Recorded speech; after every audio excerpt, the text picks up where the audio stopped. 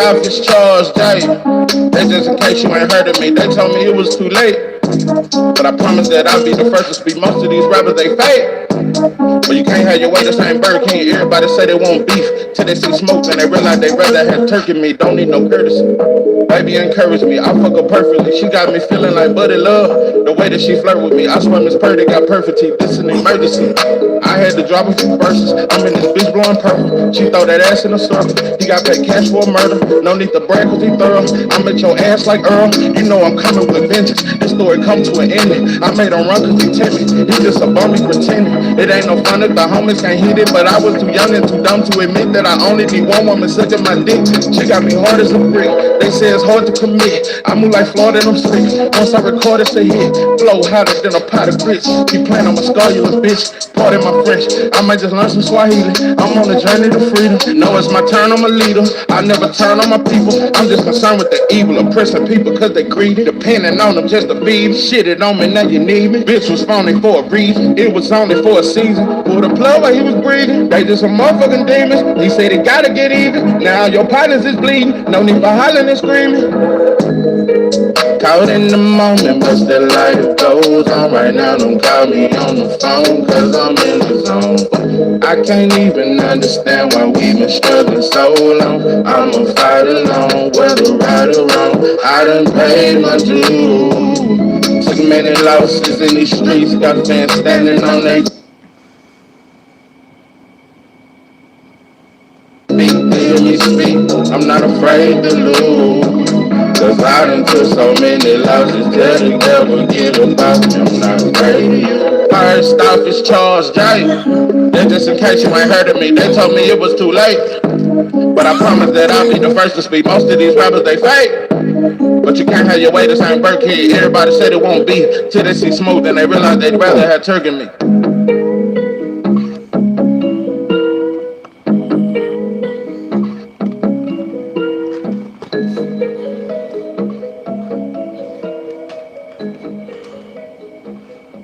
What it do, what it do. It's 903 Boxing. I'm your host, Charles J. Say, man, shout out to my audience. Shout out to those that rocking with me. Yeah, we back in the kitchen. There's a whole lot of goddamn sauce in this pot, man. Let's get to the shit. I just want the truth. Salute, man. What's good with you, man? Yeah, man. I don't know, man. I was just thinking about Keyshawn Davis, and I was just like, man, this the quietest we ever seen him. Um, Keyshawn Davis, we used to always hearing him talk shit. He's been very quiet. I don't know what's going on with him. He talk a lot about his mental health issues. He say he was in the mental health facility uh, before, and he struggled with fucked up thoughts and shit like that. Um, I don't know what's going on with him. I don't know, but like I said, I've just never seen him this goddamn quiet.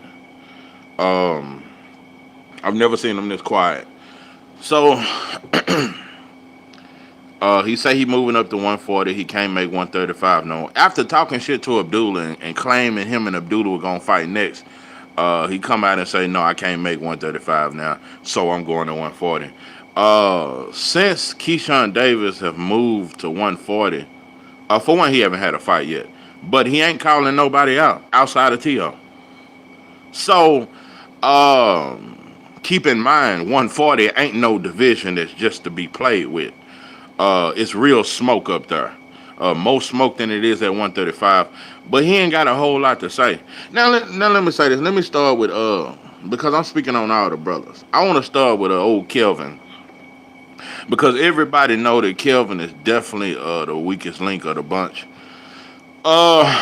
Kelvin is suffered his first defeat against Nair Albright, who also fought Keyshawn Davis. Um, Bro, it was just a sad sight to see. Kelvin is Samson without the hair. Kelvin, I'm telling you, I don't know if it's the weed. Weed don't do that for everybody. I don't know, cause Kelvin definitely smoked weed. I know Keyshawn stopped.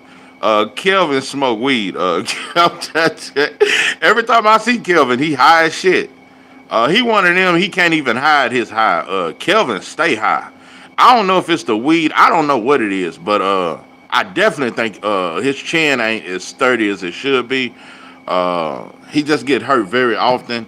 Kelvin got power. He just don't believe in it. Kelvin can crack. He can hurt you, bro. It's just, and he got Bomac in his corner. It's just Kelvin is missing so many things. For one, I don't trust his chin, like I said. And as big as he is, bro, he get bullied. I mean, the man be getting bullied to me, bro. Like, I'm not saying like he huge, but bro, he ain't no small 140 pounder. And them dudes be handling him a little bit, bro. Crucial content, what's up with you, man? Yeah, bro, Kelvin, like I say, bro, I don't know if it's the blunts or the runts, but Kelvin just ain't too strong, you know? I don't know, bro. Maybe he need to do some leg exercise. I don't know what it is. But and I just don't think Kelvin is very skilled, bro. I'm just, you wouldn't even think Kelvin is a part of the DB3. Cause Keyshawn is way better than Kelvin, bro. Probably be weight drying. I hear that, bro, but that still ain't got nothing to do with your skills, bro. Like, Kelvin is not skilled to me, bro. I think his best asset is he can crack. Now, Kelvin will hurt your ass. That shit hurt. He can hurt you. But he's not skilled to me, bro.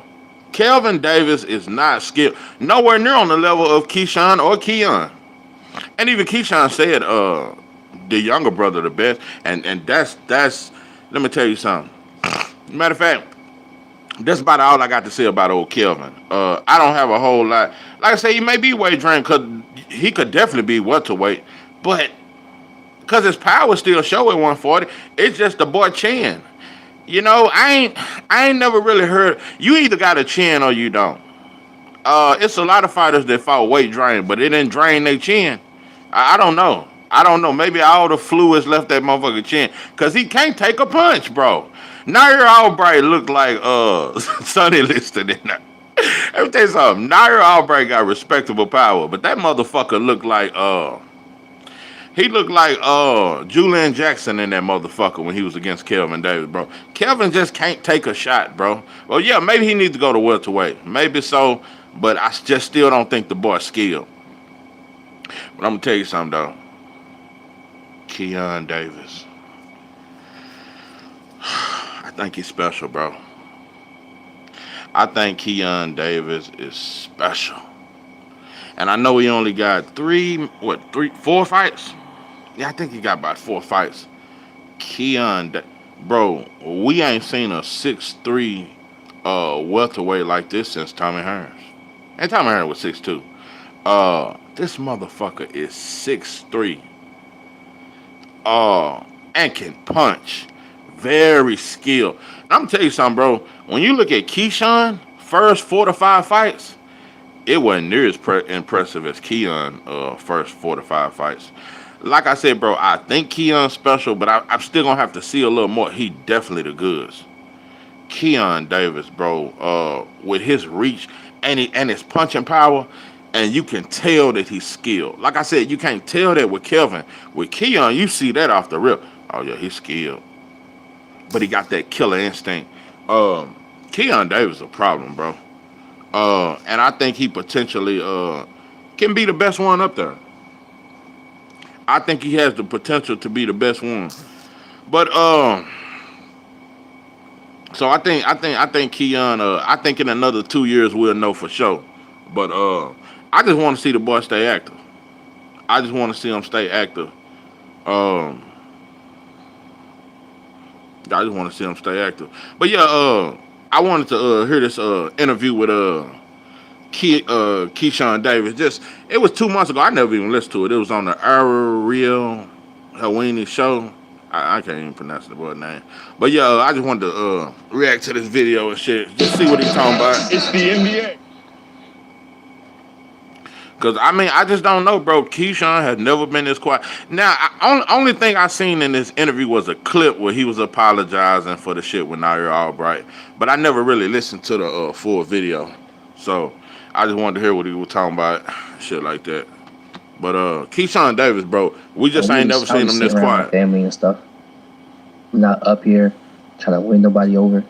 I'm not up here down talking nobody. I'm up here saying that I'm wrong, and when I come at the boxing, I'm gonna be a better person because of God. Honestly, Very excited to talk to our next guest because he has not done any interviews to the best of my knowledge. June 7th was supposed to be a massive homecoming for him. He was supposed to make his first title defense against Edwin De Los Santos. Unfortunately, he missed weight prior to that fight, and the fight never actually happened. Then all kinds of craziness happened on fight night. It was supposed to be a huge night for him at the Scope in Virginia, in Norfolk to be exact. He is from there. We've had him on the show before, and it was one of my favorite interviews of the year because he opened his heart, he opened his soul. And I said on that night at just 26, this guy is the future face of American boxing. Well, he is still the future face of American boxing, but nothing in life just goes like this. There's ups, there's downs, and right now he's on the upswing. He's trying to make a bit of a comeback, if you will. An unexpected one, but that's life. Curveballs are thrown your way. And so without further ado, let us say hello to the businessman, the one and only Keyshawn Davis, who is kind enough to join us in studio here now. My man, please welcome. It's great to see you again. Yes, sir. How are you? How are you? Thank you so much for coming in. I have to be honest, I got a DM from you on Sunday, yeah. and I was like, here, let me fix this. And that's a sick shirt, by the way. Thank you. And I was like, is this really him? Because, like, your picture was black. Let me tell you something, bro. One thing about Keyshawn, he do that ignorant shit with these black fighters and Abdullah and Tank. Yeah, he do the ignorant fool. One thing about it, bro, just like most black athletes, when they get in front of white folk, that motherfucker know how to tuck his shirt in and be on his best goddamn behavior. I don't know if someone was messing with me, I ain't never seen Keyshawn this goddamn respectful. but it is apparently really you. Yeah, it's me, man. It's me. Okay, welcome back. Yes, sir. Thank you for having me. How are you doing? I'm doing good. Doing great, honestly. That motherfucker grateful than a motherfucker. Grateful, grateful, grateful, flowing from my heart is gratefulness. You know, take it day by day. Okay. Yeah. When did you change your picture to black, by the way? Probably like a month, 2 weeks ago, something like that. Okay. What does that represent? A comeback. Okay. Comeback. Is that like clean slate? It's basically it's clean slate. I could say like just a restart. The word I'm looking for, just a restart. Okay. I ain't stopping shit. So let us start at maybe the beginning of this story. Sure. We spoke to you on Fight Week. We spoke to you just a couple of days before the weigh-ins. Yeah. You're fighting Edwin De Los Santos, talking about you being the future face of American boxing. It's the homecoming. It's your first. You know, and I'm just gonna be honest. I get the apology and all that shit there. Keyshawn, another thing I forgot to mention, bro. Keyshawn, he fumbled the ball, bro. Don't call this a comeback. Yeah, no, bro. I feel like Keyshawn dropped the ball. I'm gonna tell you some real shit, bro. Keyshawn Davis had the potential to be the next biggest star since Tank Davis. From the style of how he fight, his charisma, Keyshawn had it. He was checking all the boxes, bro. And I just feel like, bro, you know if you can make weight or not, bro. Like that Edwin De Los Santos shit, it just looked like, bro, you didn't give a fuck. You was talking all this big talk. You gonna knock off De Los Santos. He easy. Then you gonna whoop Abdullah. You gonna whoop this. Then you gonna whoop T.O., bro. All that to not make weight. It's just like, that's that mental shit. Like I say, bro, I don't know if I can trust Keyshawn, bro. Maybe it's the boy mental health. I don't know what it is, but bro, you too inconsistent, bro, and you ain't even like, bro, Keyshawn. Ever since that Baranchi shit, bro, Keyshawn be talking like he just the big dog, bro. You done won one title, bro. You ain't big dog status yet, bro. Like, I don't know, bro. And I don't know if it's the check he getting from, because you know, he buying them some China. I know he getting pretty good money. But Keyshawn is just not consistent, bro. I just don't trust him. I trust his skills. But I'm just talking about his mental as far as, like, I don't know how much longer you gonna be boxing, bro. I don't know what the fuck to expect, bro. I don't know if you gonna be one of them Adrian Broner woulda, coulda, shoulda type stories, bro. I don't know what we gonna get from you, bro. Because it ain't just missing weight, bro. I get it. Fighters have missed weight, but I'm just very curious, bro, to see what's gonna happen at 140 because it ain't nothing but very intriguing fights at 140. I'm just very interested, bro, to see what the fuck gonna happen at 140. Title defense at home, all the things we don't have to go over it. Right. And then we get to the weigh-ins. Right. The next day was Thursday. Yeah. And you missed weight by 4.3. Yeah. Let's start there. Okay. Why did you miss weight? But I will say this though, like I said, I don't trip that much on the weight. It's more than the weight to me. It's his mental that I don't trust. I don't know the boy a little throw. I don't know. Keyshawn might need to go back to smoking weed. Maybe that would help the boy stay a little more balanced because he just, he got some screws missing. You can definitely tell. The boy just mentally, But when it comes to missing weight, bro, I'm not finna just. I never made a big fuss about it because it seemed like we only do that when black fighters be overweight. When Benavidez failed and he was 4-5 pounds overweight and the boy fell for cocaine, I didn't see nobody bash him. So I ain't finna bash Keyshawn for the weight. But I just want to see you be more disciplined, pimping. Undisciplined. Undisciplined for sure. Not being true to myself as well. What does that mean, not being true to yourself? Just knowing that it's probably time to move up and just knowing how my body feeling. And just trying to basically sacrifice because I got another homecoming fight and I want to defend my title in my hometown. So just basically took a sacrifice just to try to make the weight again. And, it just didn't turn out that way. I was telling my team during the Baranchik fight, I told my team, I said, look, this is my last time doing this, for real. But, after you win and they just, I'm a world champ now, so there's a lot of opportunities and all that stuff. They're like, man, just defend it one time, man. And you're going back home, and they just making it sound real good. So I'm like, all right, do it, whatever. I can. I'm staying active, you know what I'm saying. I don't shoot up in weight, so it's like, all right, I should be straight, you know what I'm saying. I guess that was a wrong call. Okay, and so did you know? Like, at what point did you get the sense that this is not going to go well? Yeah, like I say, man. I get it, bro.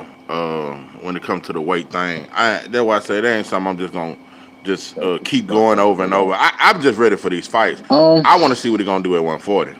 I can say during fight week, honestly, like I'm like, damn, this weight coming off, it's not coming off like it usually do. You know what I'm saying? And just the day of the weigh-ins, I'm trying to sit in the bath and all that stuff. The weight literally just was not coming off, and I'm skinny as hell. I'm dehydrating and stuff. So I'm just like, man, it is what it is. I just can't get it off. Do you think that's because of decisions you made in the training camp, like meaning you didn't prepare yourself for the cut properly, or was it just something about that week? No, honestly, I got a nutritionist. I had a nutritionist ever since my stomach issues, and his name is Alan, and he been with me ever since my stomach issues. So. Training camps, like as far as me eating. Oh yeah, I forgot. Keyshawn said he got stomach issues. I don't know if he got the Rosario type problems or Usyk problem, but cause they got stomach problems too. They got a weak stomach. I don't know, bro. The body shot, man. I don't know, bro. That left hook to the body might be the shot to get old Keyshawn up out of there, bro. Habits and all that stuff. I have great eating habits. You know what I'm saying? I don't really play by my eating. Okay. Especially now that I had them stomach issues, because that's a real thing, So I was disciplined throughout the all camp, like me eating and stuff like that. And coming into fight week, me knowing that, I'm like, damn, this junk supposed to be just coming right off. Because honestly, that was the most disciplined I ever been in camp. Because I'm knowing that Baranchik weigh-ins was like kind of hard. So I'm like, all right, well, I'm definitely gonna be strict to my diet in camp this time around. You know what I'm saying? So it wasn't the diet at all, for real. Okay. So. You get on the scale and you're over by 4.3. Obviously, at that point, it's not a surprise, right? Right. What did you think was going to happen? Did you think that the fight would proceed?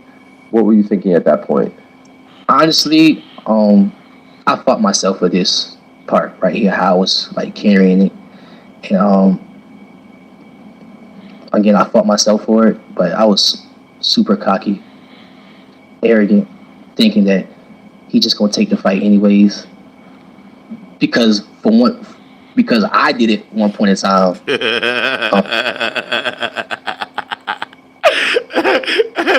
say the boy got irritable bowel syndrome. I thought. Yeah, the boy got bad guts. Now you got some fighters like that, bro. Like I say, what's the boy? Edwin what's what's the boy Jamil Stop Rosado or something? Yeah, I know he got bad guts because he got stopped twice to the body back to back. Know that boy guts bad. But yeah, yeah. I think something wrong. Some kind of irritable bowel said, yeah, the boy, with the limos fight, and then just thinking that it's a big event and there's no way like he can not fight. You know what I'm saying? And he's a fighter. Like all that's going through my head during that moment. So I'm just thinking like, hey, he'll take it. You know what I'm saying? I didn't come. I'm telling you, bro. If I'm one of them 140-pound fighters, first thing I'm thinking, bro, I can't wait to fight Keyshawn. I don't give a fuck how skilled he is. Man, I'm going straight to the body. Yeah, you didn't let us know you got a bad stomach. We didn't let you know. You didn't let us know you got bad guts. You got an irritable. Yeah, if I'm anybody at 140, bro. If I'm Montana Love ain't got no power. But I guarantee, bro, Montana Love might even stop Keyshawn to the body. I go to the boy body. I'm anybody at 140, bro. The first thing I'm thinking, hell yeah, bring me Keyshawn. Going straight to the boy body. Boy stomach weak. That's not what champions do. That's not what I do.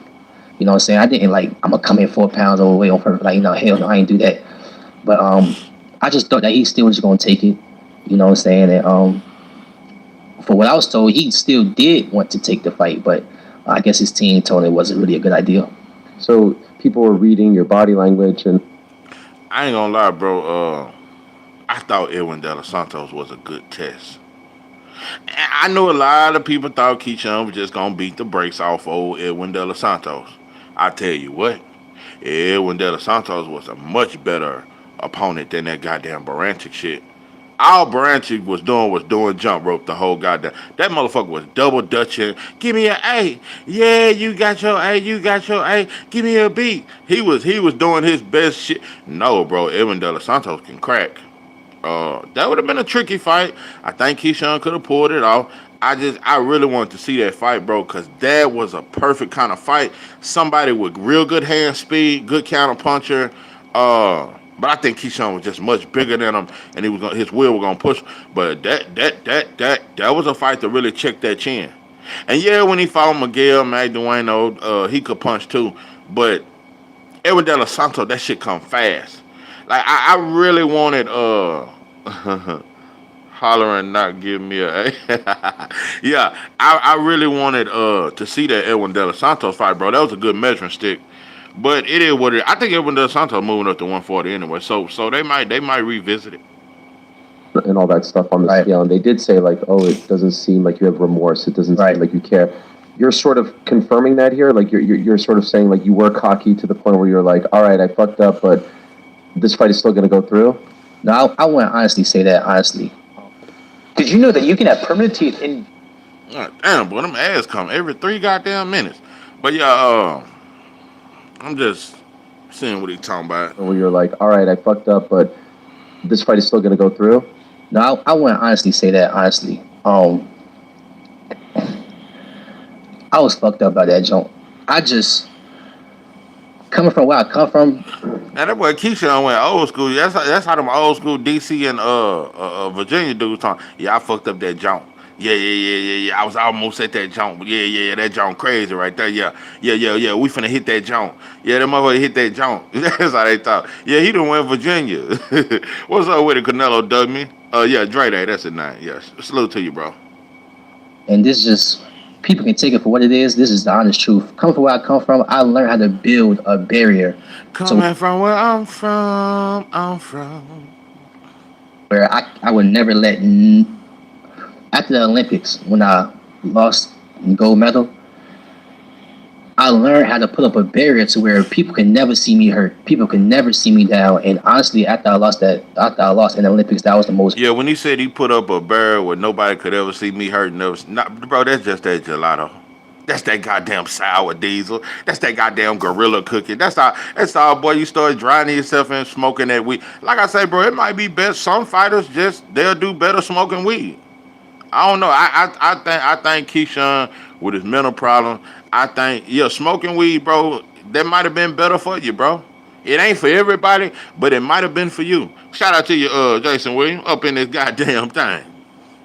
Hurt I ever was in the public eye, and I didn't even show it. You ain't see not one, nothing. You know what I'm saying? So I learned how to build that shit up, honestly, and it backfired on me because when I was hearing all like, Yeah, motherfuckers try to act like motherfucker can't be no hella fire athlete and smoke weed. Shit, tell Randy Moss that shit. Goddamn me, tell Ricky Williams that goddamn shit. the people saying, "Oh, he doesn't really care." I'm like, damn, why are these people saying that? Because before I came to the scale, people don't know what I was doing for real. People don't know how I was really like feeling inside. But when I actually went back and had time to reflect on everything, I'm like, damn, Keyshawn, you did a great job not showing that shit. You know what I'm saying? But that shit backfired on you, bro. Now people think you don't care when that shit really fucked me up, bro, for real. Okay. Boy, that motherfucker, bro. Keyshawn, I swear to God, bro, with all that gang shit you do, I swear, bro, it just pissed me off. I'm just gonna see, that's why it's just hard for me to be fair. I just hate when black fighters, when I see you act so gangster with other black fighters, but you can sit on this white boy platform talking about, that really hurt me. Bro, you look like you on an Oprah Winfrey show. No, this look like a goddamn episode I gotta rewind this shit. I want you to hear this motherfucker talk about how his feelings was hurt and my feelings. The way you talk to black fighters, bro, you said, I swear to God. Now, I just want to replay this shit, talking about my feelings and my feelings. This soft ass shit. You didn't show it. You ain't see not one, nothing. You know what I'm saying? So I learned how to build that shit up, honestly. And it backfired on me. Because when I was hearing all like the people saying, "Oh, he doesn't really care," I'm like, damn, why are these people saying that? Because before I came to the scale, people don't even know what I was doing for real.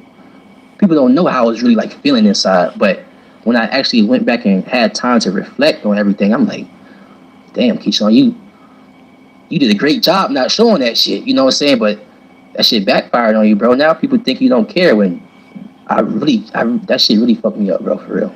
Looking back over the years, I guess I shedded some tears. That's how that shit sound, bro. This do not sound like the same Keyshawn that was just sitting next to Abdullah Mason. Talking about what, boy? Me and you next. Fuck you talking about, fuck boy. Yeah, fuck you, fuck all that whole ass shit. Now he talking about, I really do care. Y'all just don't know, and it hurt me because I tried to hide my feelings so you wouldn't see that I cared so much and how much it hurt me because it really hurt. So I learned to hold my feelings in so I can't show the hurt. But when I didn't show the hurt, y'all didn't think I was hurt, and y'all don't really understand how the fuck hurt I was. Boy, that's this shit look like some Oprah Winfrey slash I swear to God. Okay. And so when you found out that he wasn't taking the fight, and now this event that you're supposed to be headlining, it's the homecoming, all this stuff. Yeah. How did that sit with you? I was hurt, man. I was out with, not out, but my family was in town, and Oh, by the way, appreciate everybody for hitting that like button. Much love. I definitely appreciate it. I really appreciate the love, y'all. Much love to y'all. I was just sitting around my family and stuff, and they were just asking me like, Keyshawn, is he still gonna fight? He's still gonna fight. I'm like, I don't know. My team working out with his team. Again, I'm still thinking like, I think he's gonna take it though. I think he's gonna take it. So when I got that call, I talked to him, of course.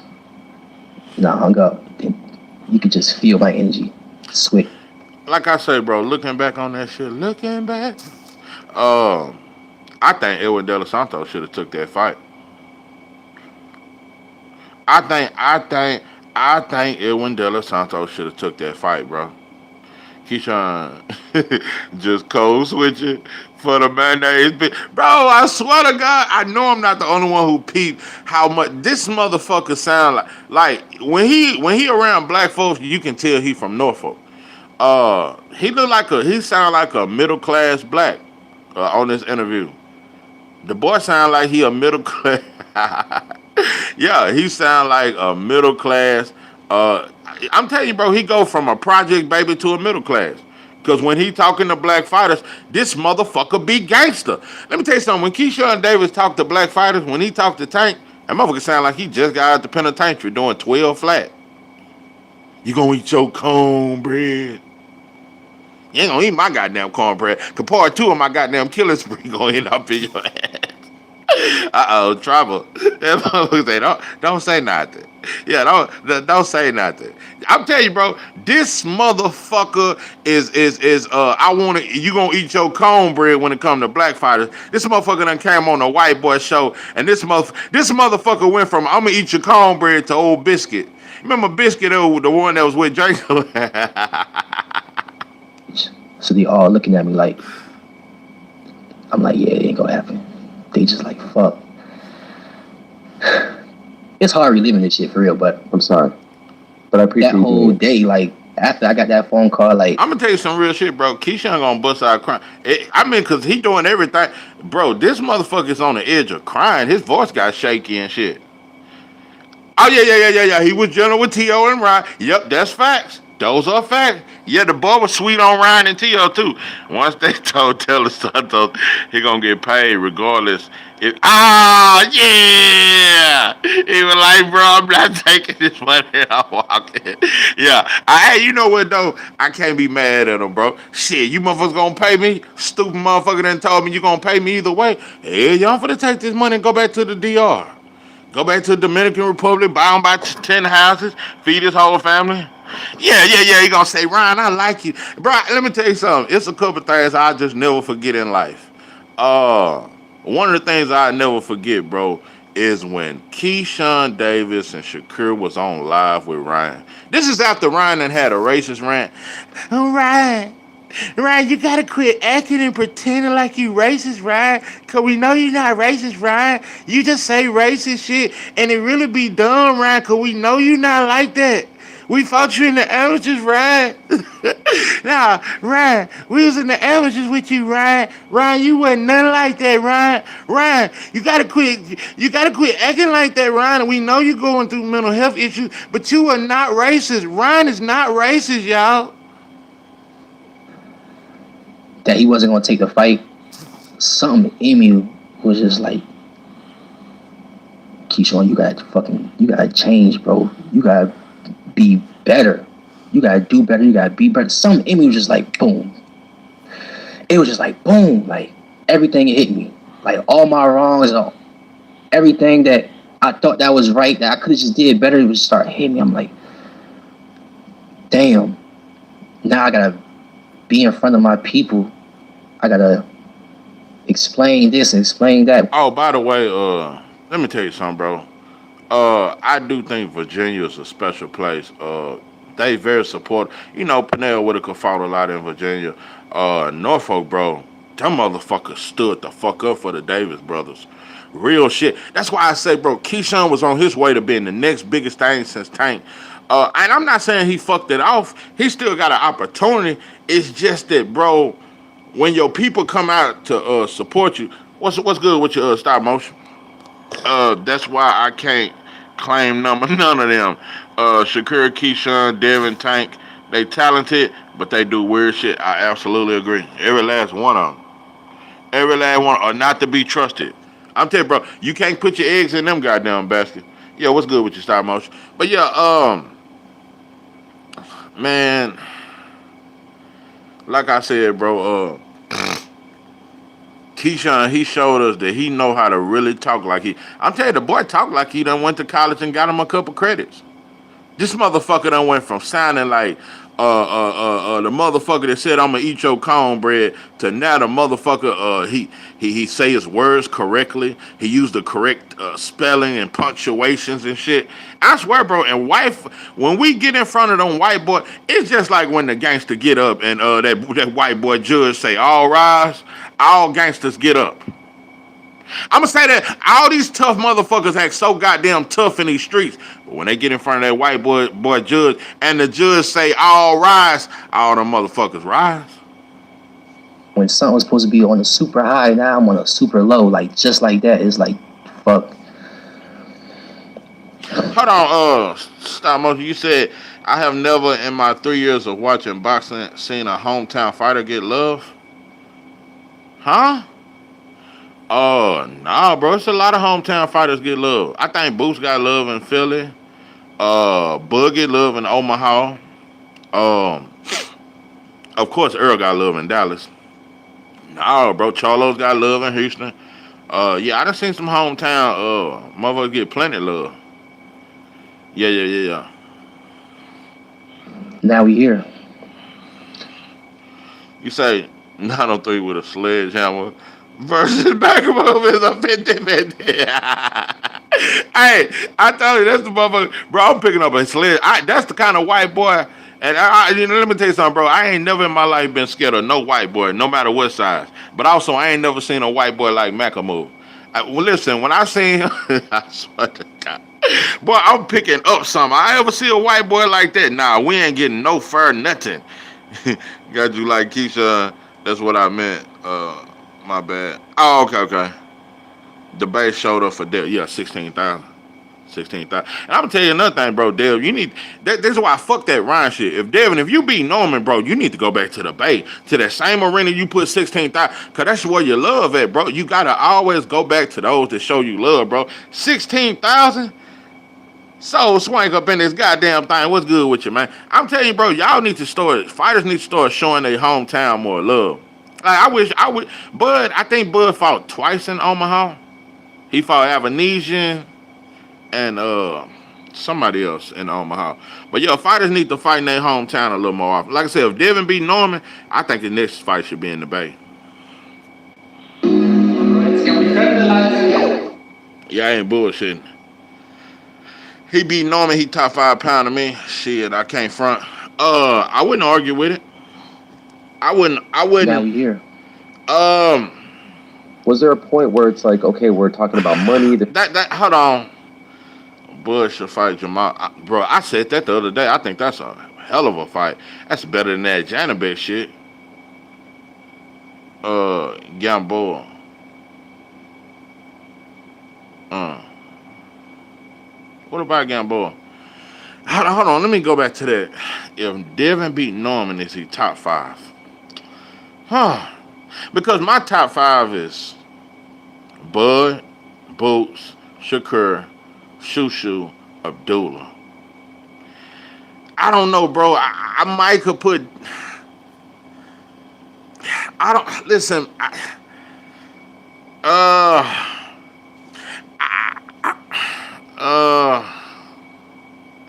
top 5. I might go 6 or 7. I don't know. I don't know if I could. I don't know, bro. 6 or 7 because I sound extra full. You goddamn right, I'm extra full because you was extra cooking. Goddamn it. The other fighter he fought in. Yeah, I'm gonna tell you, I shouldn't eat no big meal like that and go lie. I sound fat as hell. I ain't bullshit. Yeah, I'm stopped up like a mother. I sound like I'm snoring while I'm talking. The other fighter he fought in Omaha. Yeah, I think he did fight somebody else in Omaha. Put Haney over Shushu if he beats Norman. I'm telling you, bro, Shushu is one of the best all-around fighters I've seen in a long time.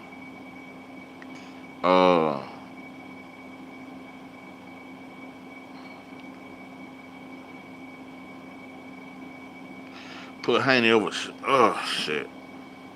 Because I'm just gonna say it, bro. I get that this will make Devin a 3-division world champion. I'm just gonna be honest. Yeah, make him a 3-division world champion. But it's a very winnable fight. This is why I favor Devin. He's more skilled. Norman he haven't put everything together. I think Norman is just a little too green, but he can win. It's just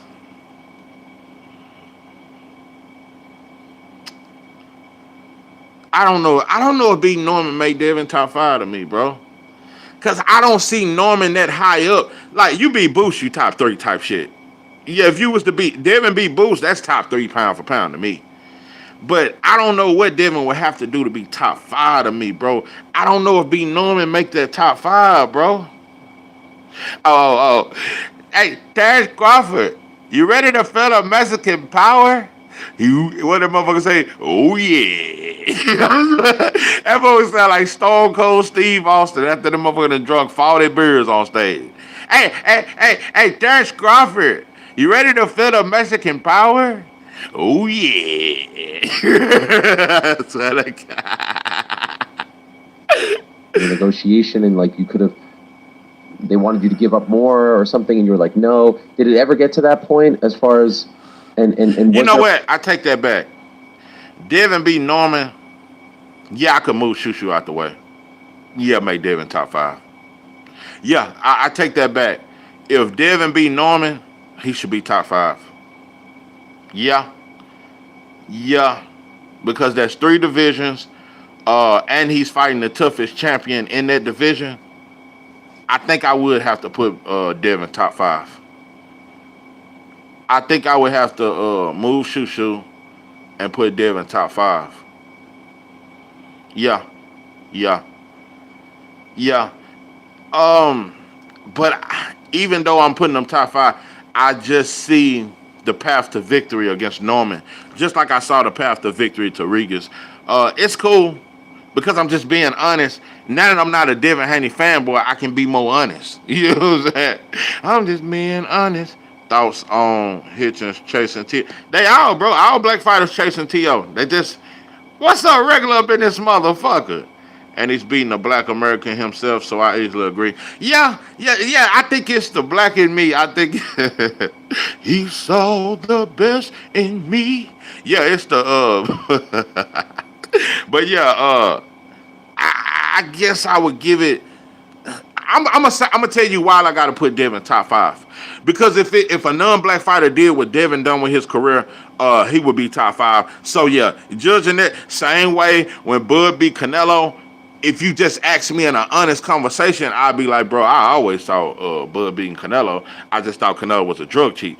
But with the way boxing uplifts Canelo as if he's always been top 5, he's the greatest Mexican of all time, then you goddamn right, bro. You gotta say this the best win, one of the best wins of all time with the way they boosted up Canelo. So Devin B. Norman, I won't argue with top 5. I definitely see the path to victory. And I think, let me tell you something, bro. I'm not saying, let me tell you, Bill is the greatest matchmaker. I swear to God. I'm telling you, bro, I'm just going to keep it 100. Bill has matched Devin up perfectly, where it's like legacy, but it's also very winnable. You know, Bill would be the greatest promoter because Devin is taking risk, but it's very winnable. Like make no mistake, I give credit for the Regis win, but that shit wasn't nothing like what Matias would have been. No, listen, bro, that Regis win was a great win, but Gary Antoine Russell would have been a much tougher fight. Yeah, hey, type that in the comments. Do you think Devin would have beat a Gary Antoine Russell at 140? And he's beating the black man, so I easily agree. Yeah, I think Haney needs to get Norman's respect within the first. You got to him right. Punching power, unseen shots to beat Norman. And I think that's what's going to happen, just like he did with Regis. Oh, you're going to respect Devin Power. Bill is an idiot. He lost. You goddamn, bro, I've been talking shit ever since he dropped Amari Jones. Like, bro, anybody, if you don't know who Amari Jones, straight up out of Oakland, bro, fight at 160. Amari Jones, bro, is so fucking good. And I only seen him fight a few times. The first time I ever, and it's very hard to impress me the first time I watch you fight. The first time I saw Amari Jones fight, bro, I knew he was the fucking truth. Now Devin would do him like Puello. No, I just want the truth. No, bro, because if you ask me, I just think that wasn't the best verse.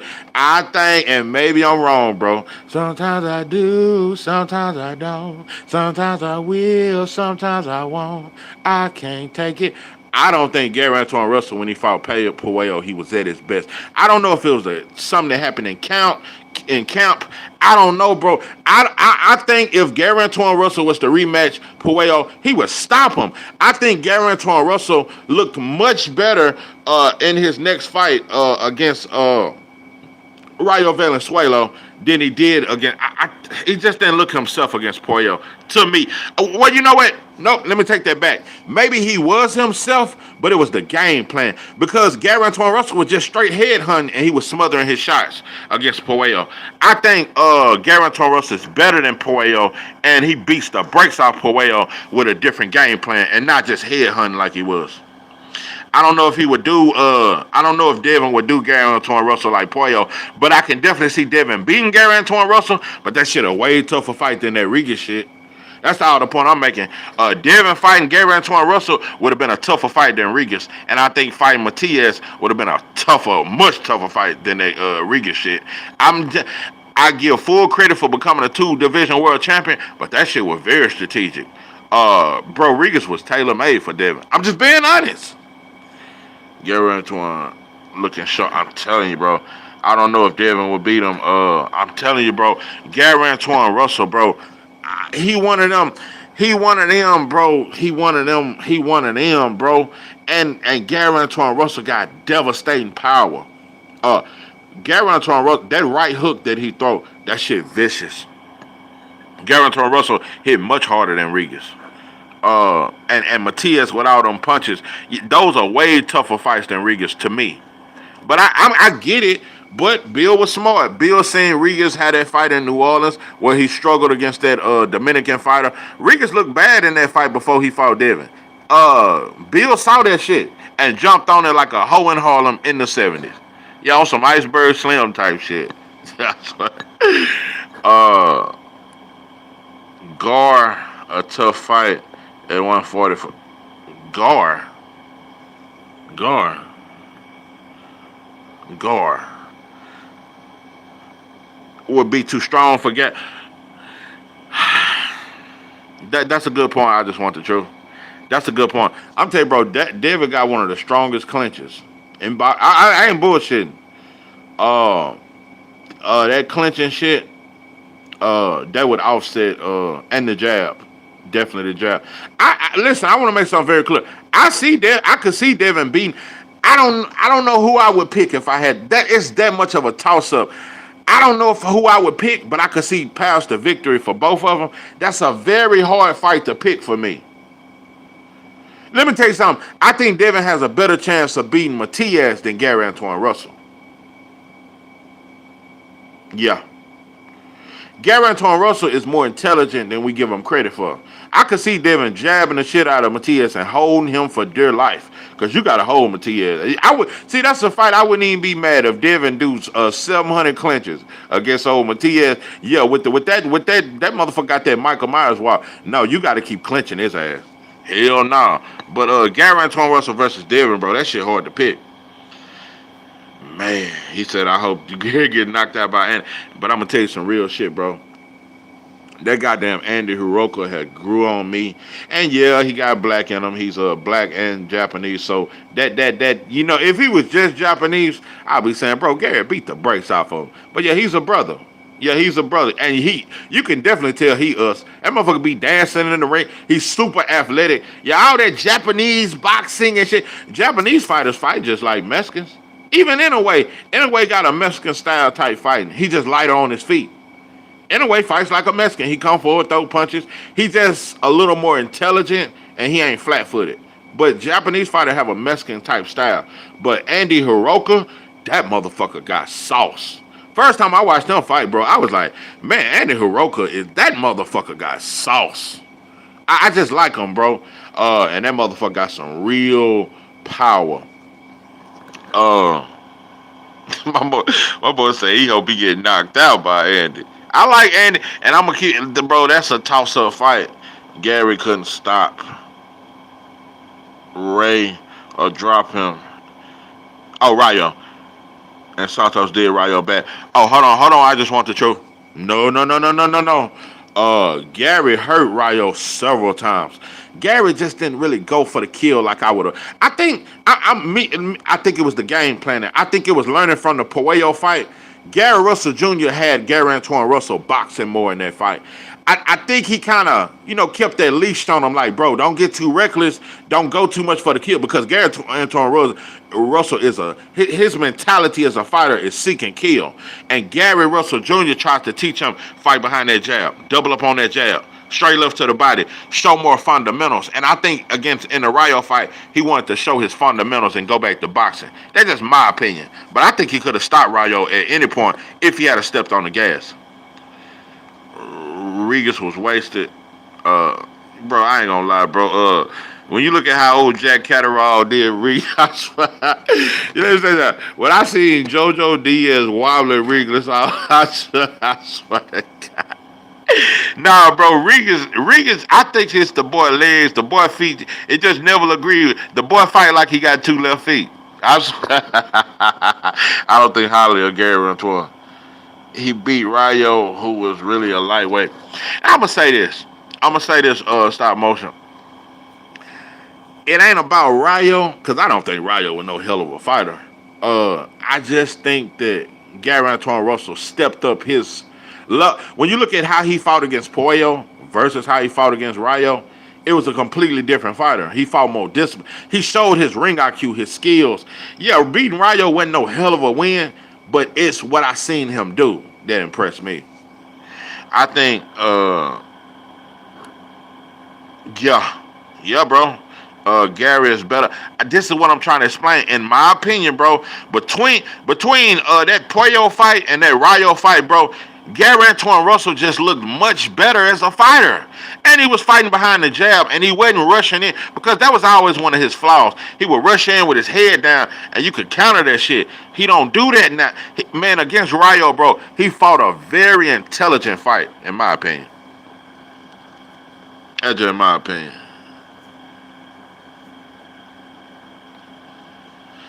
Difficult fight. Gary is so, yeah, bro. I swear to God, you said it perfectly, bro. Gary is so athletic and he crafty, bro. Crafty as fuck. And he's sneaky with that power. That right hook, I'm telling you, that's his best punch. That right hook will stop you, bro.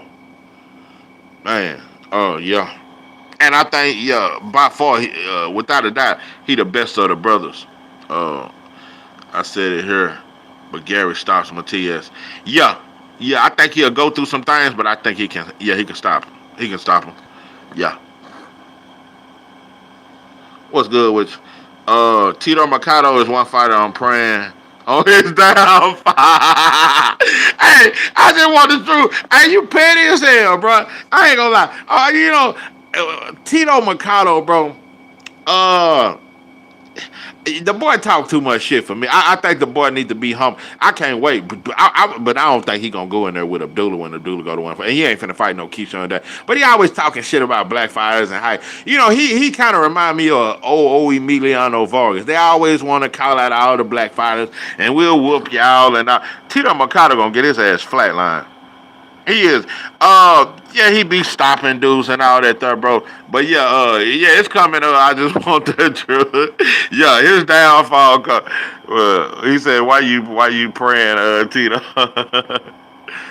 Tito hates on Shakur and Keisha. Yeah, he be hating on black fighters to me. Yeah, I feel that way.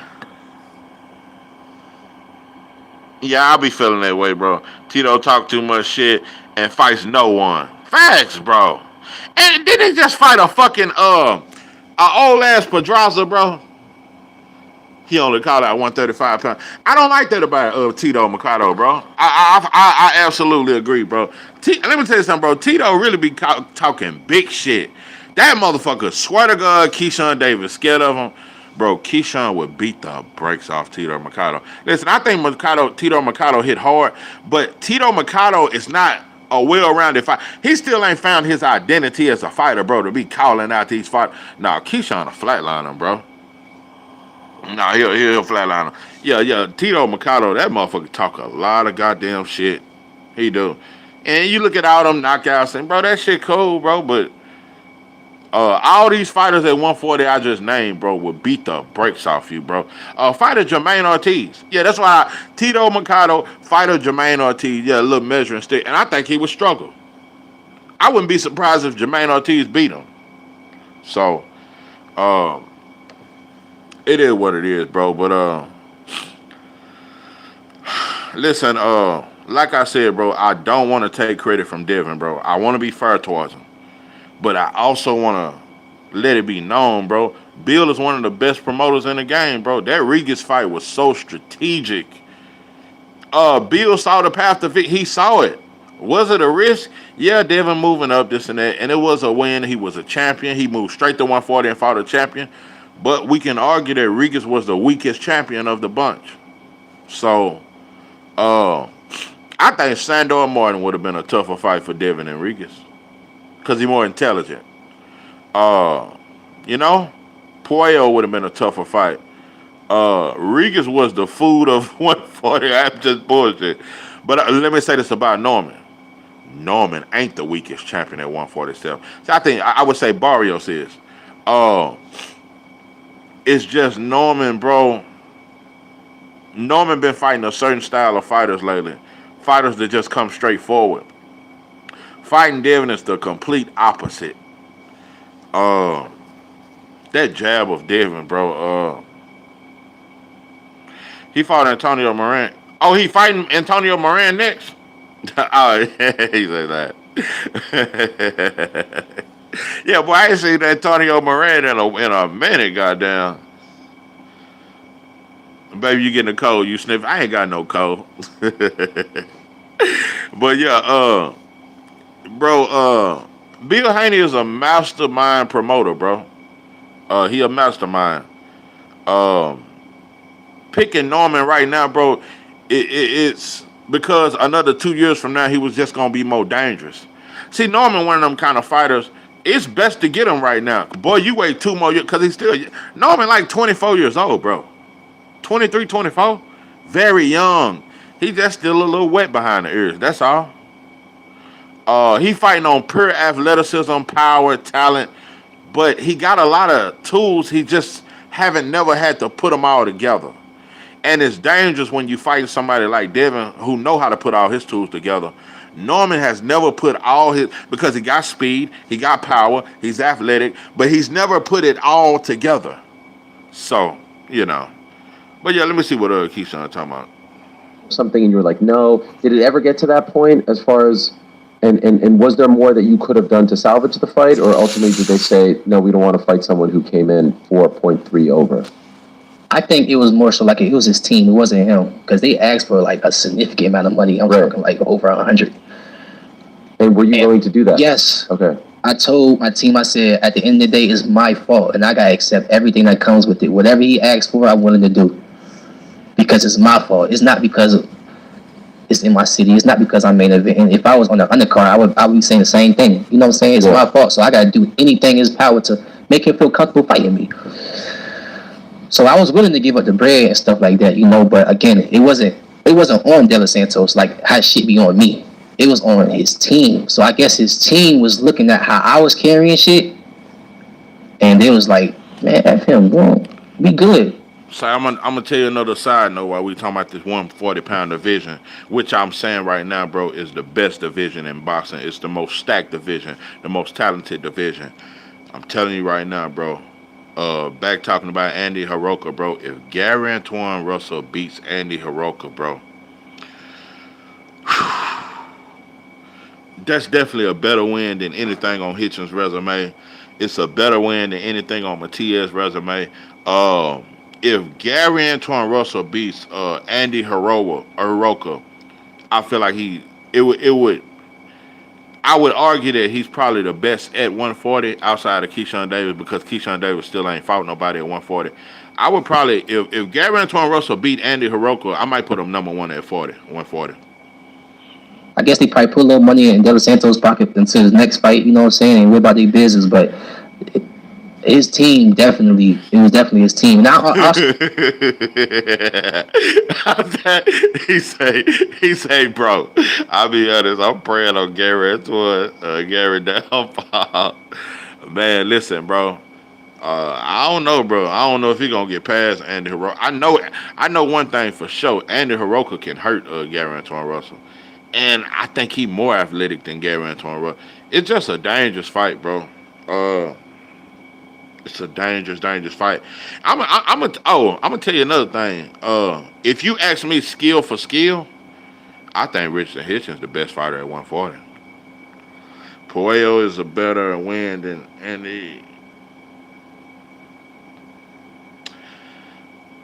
Nah,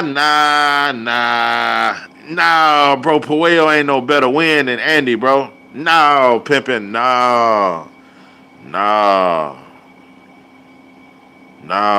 bro. And I'm just gonna be honest with you. And I told Kano this, bro. I thought Puello beat Matias. I do. I think Puello barely pulled that shit out, even though he got battered. He later rounds he got battered. He got beat the fuck up. But it's one of them wins where you get beat the fuck up. You more exhausted than the person you fought, but you barely squeezed the win out. That's how I thought Puello barely won that shit 7-5.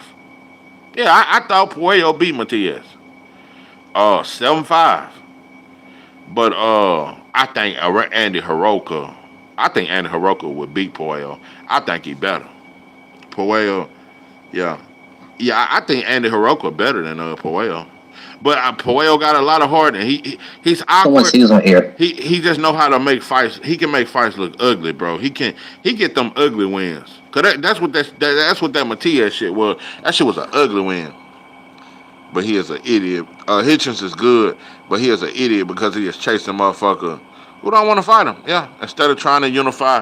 No, he ain't trying to unify, bro. Hitchens is not trying to unify, bro. He want T.O.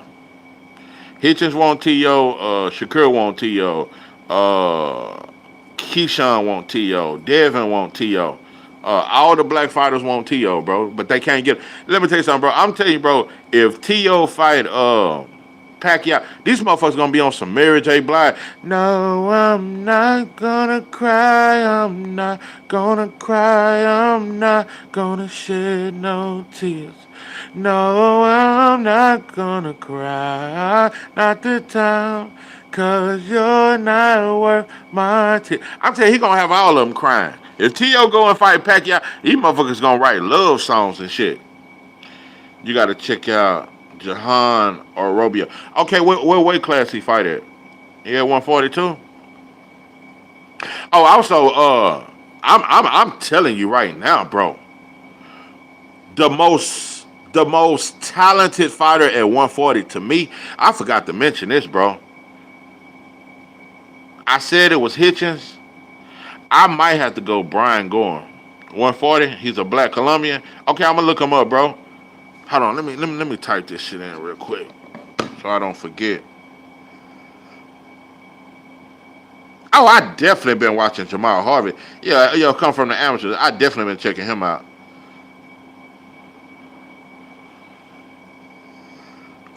Jahan Arobio. Let me make sure I type that in so I can remember to look him up. Jahan Arobio. Sometimes I be looking up fighters and I forget I even looked them up. Jahan Arobio. Oh, okay. I see him. Okay. Yeah. I'm gonna check him out. But I'm telling you, bro, Brian Gorham is one of the most skilled fighters, without a doubt, at 140. Now he still got a few more fights to go to be champion. Arobio versus Zotan. Okay, I'm gonna watch that. Yeah, I love watching fights, bro, especially young fighters. Brian Gorham, though, bro, that fighter right there is so fucking good. Brian Gorham, bro, 140-pound prospect. Straight. I don't even consider him a prospect no more. That motherfucker is good. Brian Gorham he good, bro. He good. Just check all the boxes for me, bro. Got really good power, really good defense. Just he do everything right to me, bro. Brian Gorham. That's a bad boy to me, man. Alex Bray at 154 and Dwight Flemings at 154. I've heard of Flemings, but I hadn't heard of Alex Bray. Haven't heard of Alex Bray. Let me make sure I look him up too. Alex Bray. But I definitely heard of Dwight Flemings. Alex Bray. Okay. Yeah, I'm going to check him out later on too. Though. But yeah, I don't know, bro. But I know one thing, bro. God damn, he's 6'3", fighting at 154. Yeah, I'm gonna check him out. But I think, bro, Keyshawn moving to 140, it makes the division so exciting, bro.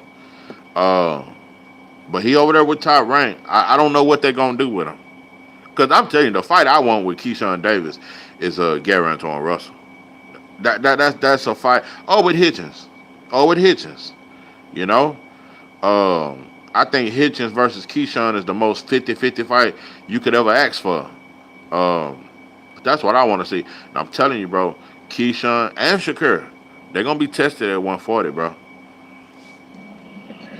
Weigh-ins. It was weigh-ins when we was about to do our stare off. And I missed weight. We was about to do our stare off, and they wasn't trying to let us do our stare off. So I'm like, I'm agitated. I'm like, what is y'all doing? Like, I'm not gonna do nothing to him. Like, just let us continue it. Ooh, stop motion said I got Keyshawn beating Hitchens, bro. You said that. You typed that shit too fast, bro. I don't know, bro. You typed that shit a little too goddamn fast, bro. Keyshawn over Hitchens. I don't know, bro. Hitchens is one of them ones to me, bro. Hitchens. I was talking to Kono about that the other day, bro, because Kono been telling me about Hitchens for a long time. I finally see it, bro. I finally Hitchens the truth, bro. That's a tough fight for Keyshawn, bro. Tough fight because the biggest thing people sleep on about Hitchens, I think he got the second best defense in boxing behind Shakur. That's just my thoughts. But Hitchens got the kind of sneaky power. That motherfucker will run you into some lightning and thunder. At the same guy, Hitchens will fuck you up, bro. Hitchens got devastating power. It's very sneaky. 11-1 and he drops Keyshawn. Oh, you saying Hitchens 11-1? God damn. I just wanted to shoot Styles make fights. Pure boxer beats the boxer puncher. I got Hitchens shut out. Oh, that's tough to say a shutout, but I'm telling you, bro, I might lean towards Hitchens in that Keyshawn fight, bro. Hitchens got the second best defense in boxing. And he got a hard ass straight right. Hitchens can crack. And that's when nobody ever talks about it. Either they don't know, don't show, or just don't give a damn what going on in South Central LA. I'm telling you, bro, they act like Hitchens, that right hand coming like a missile. And that shit is Hitchens got the best straight right hand in boxing to me. The best straight, the most accurate, the best straight right hand in boxing. Hitchens. Keyshawn ain't fought no one with a jab, and those are facts. No, bro. I might pick Hitchens in that fight, bro. And he go to the body. Bro, Hitchens can crack, bro. I don't know. That's tough. That's tough. I said Hitchens, bro, but Keyshawn's special to me, though. I think Keyshawn is special. I don't know, bro. Hitchens is just such a good, disciplined boxer, bro. Keyshawn would really struggle in that fight. Because we got to be honest, Keyshawn struggled with Nair Albright. Shit, now we know Keyshawn got that title. Oh, yeah, Crucial Cut. Yeah, the boy got bad guts. I don't know what, like I said, the boy got a bad stomach, so, yeah, when you look at that left hook to the body that hits and stop Cambosis with, yeah, bro. Yeah. I'm like, what is y'all doing? Like, I'm not gonna do nothing to him. Like, just let us continue it. You know what I'm saying? I was so confused, and as I was stepping up to him, I smacked. It's so much. To be honest, with Bomac in his corner, oh, goddamn, regular boy, you dropped. Let me tell you something, bro. You dropped a diamond. I forgot about that. Now I'm telling you, bro, it's a lot of shit. It's hard to go against Bomac, bro, because I know for a fact, Bomac makes Keyshawn better. I really believe that. That's a great point. Campbell's had no big, absolutely stop motion. I agree, but that still was a hard ass left hook. But yeah, absolutely, and I hate it. And I talk shit about Hitchens for fighting Cambosis. I really did, because I really like Hitchens as good as he is. I think the boy just obsessed with T.O. just like Keyshawn and Shakur is. That's all he want to fight is T.O. These motherfuckers act like they don't want to unify, bro. Hitchens shouldn't have burnt his bridges with Eddie for a fact. Now Turkey ain't messing with Hitchens. Facts. Unless Hearns allow it. Yep. I just want the truth. Abdullah with Bomac. Uh, that shit is magical. Let me tell you something, bro. If Bomac had the talent of Abdullah in his camp, nah, but with Keyshawn, hell nah. See, Keyshawn to be on some hating that. Nah, Bomac, hell nah. I swear to God.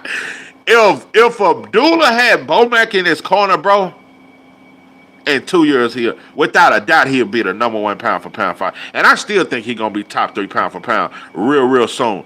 With Bomac, that shit is magic. Do you believe in magic? He just did some slimy shit to Eddie. Saved Richardson's career. Yeah. I'm telling you, bro, Hitchens, I just think all he want to fight is Tio. And maybe Devin, because he talk a lot of shit about Devin. Bro, Hitchens just, I don't know, bro. Uh, Hitchens really act like he don't want them fights. He don't want to unify. He just, I don't know, bro. I don't trust him. But I just think the boy. Is it true that most guys finish way faster than they want to? Look, it's way more common than people think. Pookie Bear up in this thing. What's good with you? What's good with you? It's so much Salute to going you. on. Appreciate you coming up in this For motherfucker. real. That's why I whatever. I smacked his promoter hand out the way, like disrespectfully, and I forgot his name, but he's a well-known. And I'm saying this to say I apologize to you, sir, because you old enough to be my father, probably my grandfather, Right. and nobody of that age. Once again, uh, you know, bro, you need to apologize to the people in Norfolk. You motherfuckers need to start apologizing to black fans for acting so fucking ignorant. But you can come on this white boy play. That's how Keyshawn been doing since he's been doing this whole interview, apologizing to white folks, apologizing to mainstream media. Like, bro, who wins, Fulton or Foster? That's the fight I've been having a hard time picking, bro. If I had to pick, I gotta go with Foster. If I just had to pick. It's just a tough fight for me, bro. That shit may end in a draw. He needs to apologize to Norfolk. You goddamn right. Ungrateful motherfucker. But you can come on this white boy platform. You can apologize to Bob Burnham. That motherfucker 97, he still smoke big blunts. Yeah, Bob Burnham is the oldest weed smoking motherfucker I know. I don't know. Maybe the weed keeping the boy alive. I don't know. Bob Burnham 97 years old. And he know everything that's going on. That motherfucker. But yeah, Keyshawn can always bow down to him and all that there. And bow down to this show. That's all this motherfucker been doing is apologizing. About my favorite Jew of all time. I'm telling you, but that's that motherfucker, not original Jew, but that motherfucker OG. That motherfucker's a Bob Brown, a gangster. Yeah. Yeah, Bob Brown, he from back when that mob shit was really in boxing and all. You know, Bob Brown, he a gangster, bro. That motherfucker is a gangster. To even be, saying she'll even be going through that. And I apologize to you, sir, for real. And I honestly feel like it was that moment that made his promoter be like, nah, forget this kid. Okay.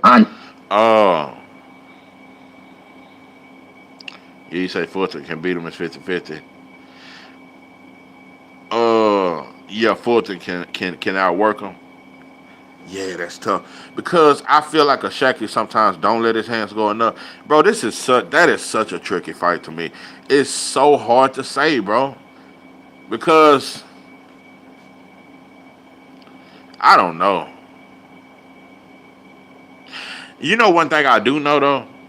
I do feel like Foster's power will have more of effect than Cool Boy's power. But who's more intelligent? Cool Boy might be more intelligent than Oshaki. I'm telling you, that's a hard fight to say, bro. Look out for Dayan Gonzalez at 126. Definitely finna look him up too. Okay. I'm finna look him up right now. That's my honest Did you opinion. talk to Edwin backstage, right? Like, were there any conversations? One thing about I it, did. I've always been big on Cuban fighters.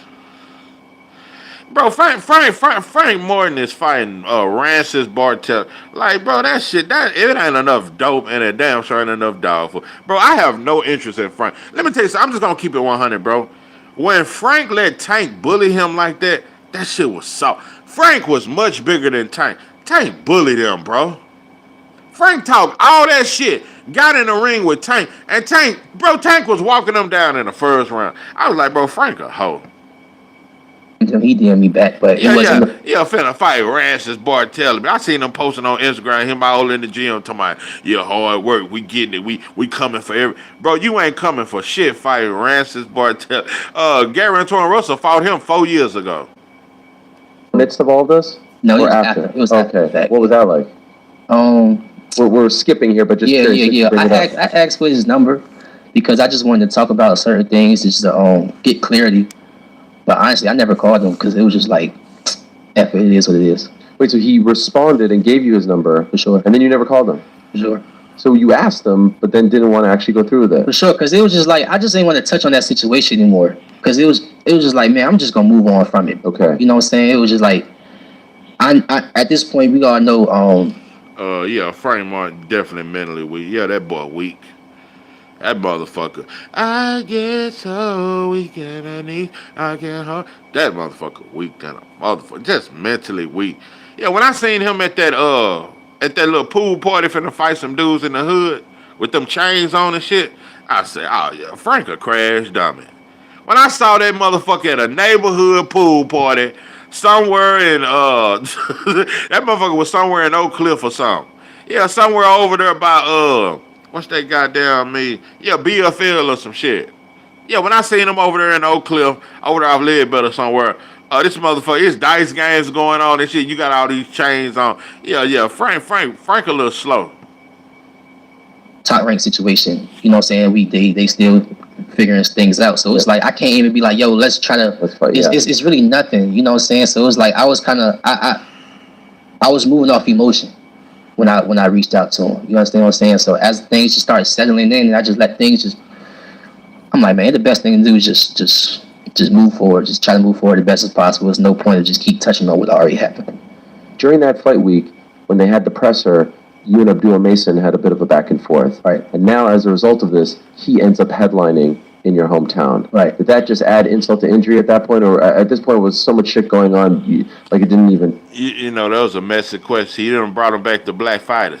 With Abdullah Mason getting a headline of that a venue in your hometown, ain't that kind of like a slap in the face? Yeah, just so messy, motherfucker. Why? Watch Keyshawn. This motherfucker finna go from a Boy Scout. He finna go back to that motherfucker said, you gonna eat your cornbread. Matter because there was some sort of irony that the guy that you were talking about, right, and maybe some might say a little dismissive of, like, okay, right. And now he's headlining, that he got the opportunity, now it's his coming out party, right? Did that annoy you? No, he deserved it. Have you been what's that heavyweight you say, Damazion Van Hooter? Hey, where he from? Damazion, let me look him up. Yeah, let me look him up right quick. You think Richard Torres will become a heavyweight champion? Huh.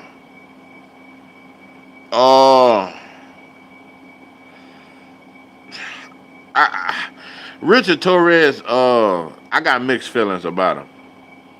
I think that motherfucker hit hard than a motherfucker. But I just think he gonna run into some shit.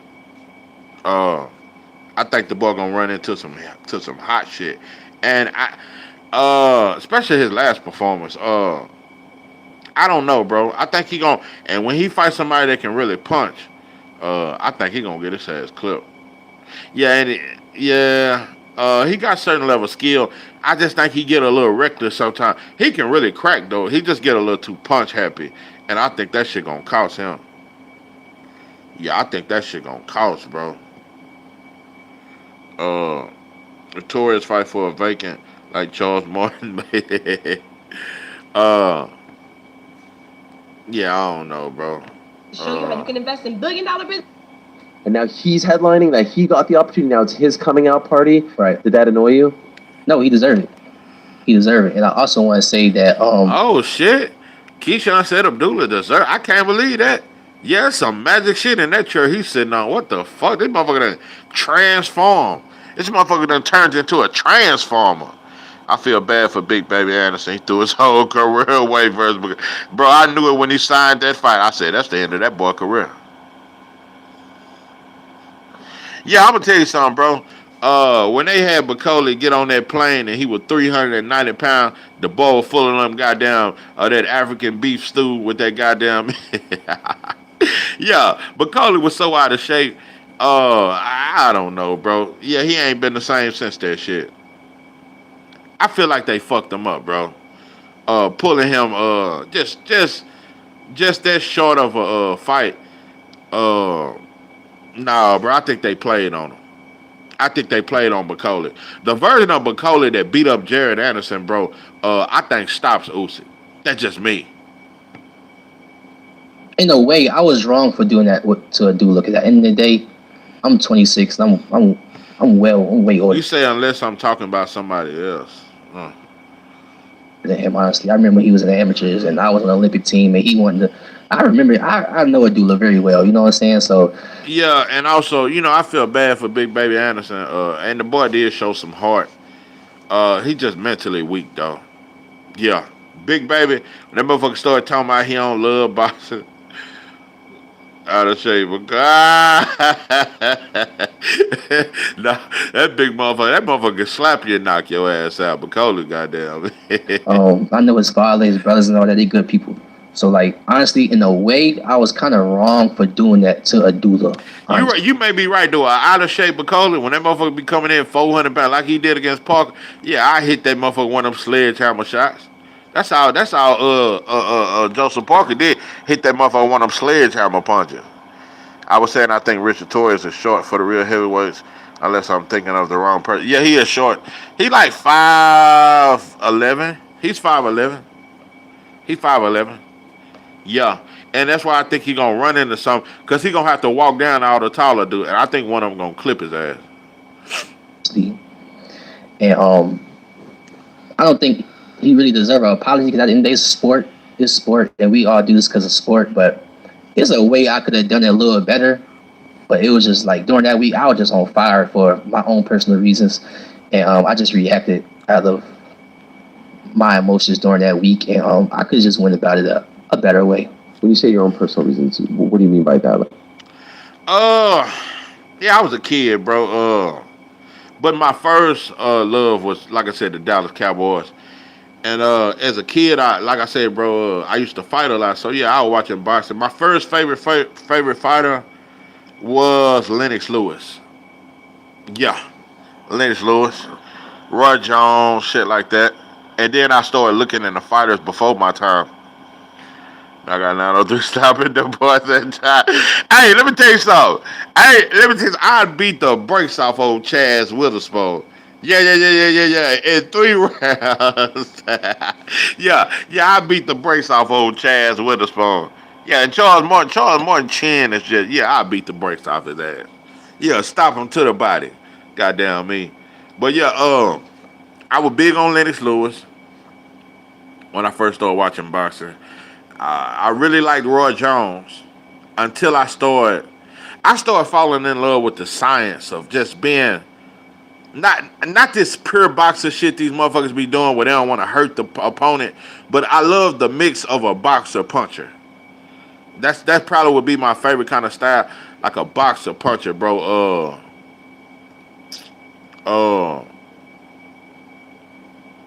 Hagler. Because people forget, bro, Hagler was a boxer. Hagler could really fucking box, bro. Why did he ask that? Bro said we're personal stuff. Oh. I swear, I'm telling you, mother be nosing than a bitch. The boys is the most quitting mother. I swear to I never trust him again. Yeah, that Usyk shit, bro. I felt like a damn fool. I mean, you'll never know, bro. Man, listen, bro. I was so excited for that fight. Man, when the boys went in that motherfucker and just that boy just got too much quit in him. Then you seen the day before he was out partying. So, yeah, I don't trust the motherfucker. Personal reasons. What do you mean by that? Like, what was going on? I mean, everybody go through stuff, but it's still like a way you still need to conduct yourself as a professional. And I feel like, honestly, during that whole week, OG Marcus up in this motherfucker. Say, man, salute to you, bro. Much love to you, and I appreciate the support, bro. Du Bois embarrassed me. Yeah, bro, he embarrassed all of us, bro. I'm telling you, bro. Du Bois, that motherfucker. I'm telling you, bro. You'll lose a house and a home. Fucking around with Du Bois. And a house, and the keys, and a dog. I want it all. You're nothing. Prime Anthony Joshua from 2027 beat the dog shit out of Du Bois. Yeah, I think so. Yeah. The Joshua before he got hit with that shit by Ruiz. I'm telling you something, bro. It was some shit going on in that fight. If you ask me, just like I think there was some shit going on with Wilder and Fury, I think some shit happened because you gotta understand. Joshua came to New York for that fight. They say the boy passed out in the locker room before the fight. The boy was throwing up. I don't know what they did to the boy, but he wasn't never the goddamn same after that shit. I wasn't really doing that. You know, it was a lot of things that. Mike McCallum is one of my top 5 favorite fighters, and that's what I mean by boxer puncher. Mike McCallum, top 5, one of my favorite fighters. Like I said, when I first started watching boxing, I was into Lennox Lewis, Roy Jones, all the flashy shit. But then I started getting into the technical shit. And I think Mike McCallum, one of the most technically just gifted boxer punchers. Very smooth defensively, but had a granite chin. Yeah, Mike McCallum, one of my favorite fighters, bro. Mike McCallum. My favorite fighters is Mike McCallum, Pernell Whitaker, Floyd, of course Ali. I'm a big George Foreman fan, bro. I like George Foreman. I love Holyfield. Love Holyfield. I'm gonna tell you something, bro. I liked Riddick Bowe. I would have loved to see Riddick Bowe versus Mike Tyson. I liked Riddick Bowe. I liked him. I would have loved to see Riddick Bowe versus Mike Tyson, but of course we know what happened. But I really, really liked Pernell, Mike McCallum, Floyd, Holyfield. Oh, Winky Wright. I really, really like Winky Wright. Really, really, really, really like Winky Wright. I like James Toney. The boy was just lazy, you know. You just never knew what kind of James Toney you was gonna get. But I like James. I love Bernard Hopkins too. Oh yeah, love Bernard Hopkins. Yeah. I love Joe Louis. Yeah. You know. But yeah, them some of my favorite fighters. You know, I was doing backstage that wasn't right. Like, also, I want to apologize to Tim Bradley while I'm up here. Tim Bradley. Winky Wright over Jamel Cholo any day.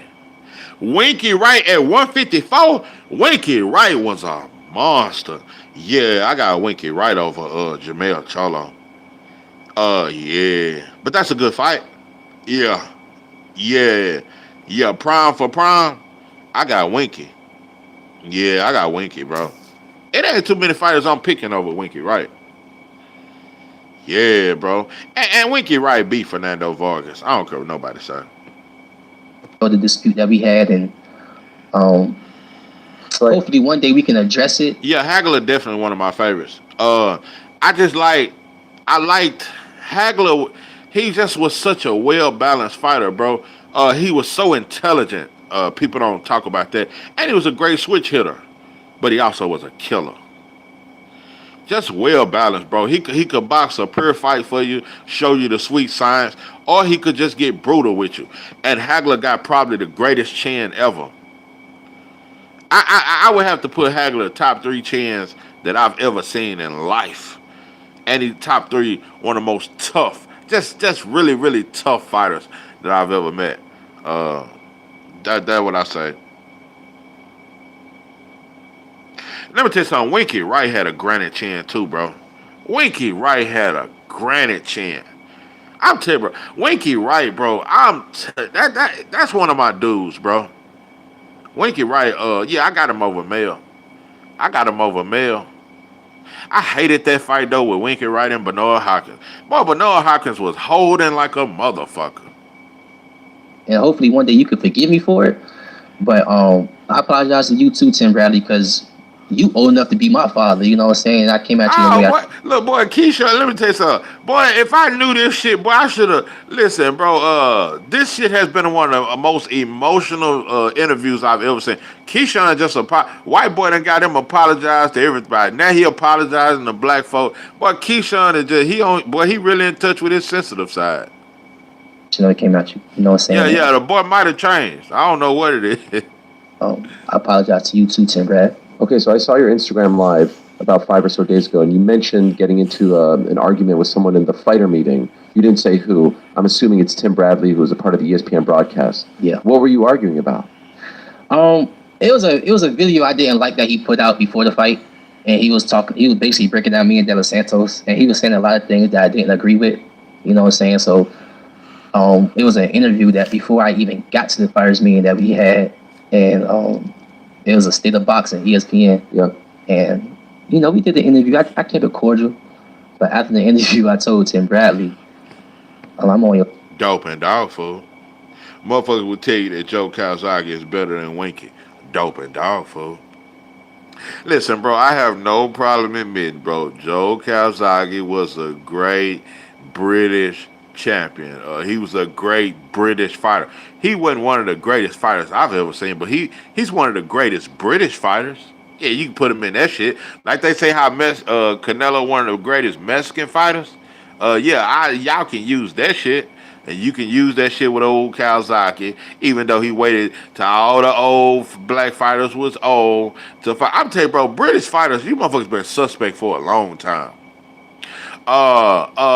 Nigel Benn, your ass didn't fight goddamn me, James Toney, Roy Jones, Bernard Hopkins, Chris Eubank, you didn't do a goddamn, them motherfuckers really was scared of this smoke over here.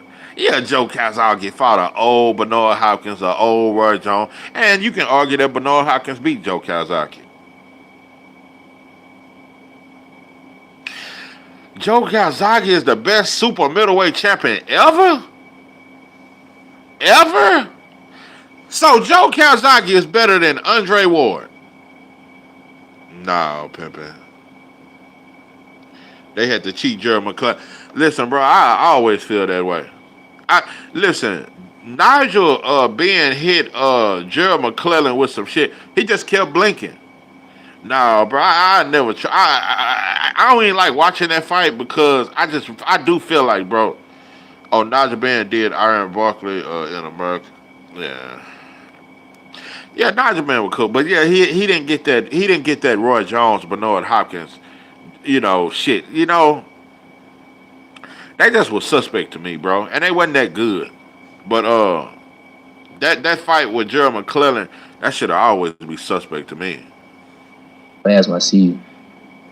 I'll tell you, bro. And then the fight. I've only watched that fight twice with Jerry McClellan. I just can't watch it, bro. It just don't look natural.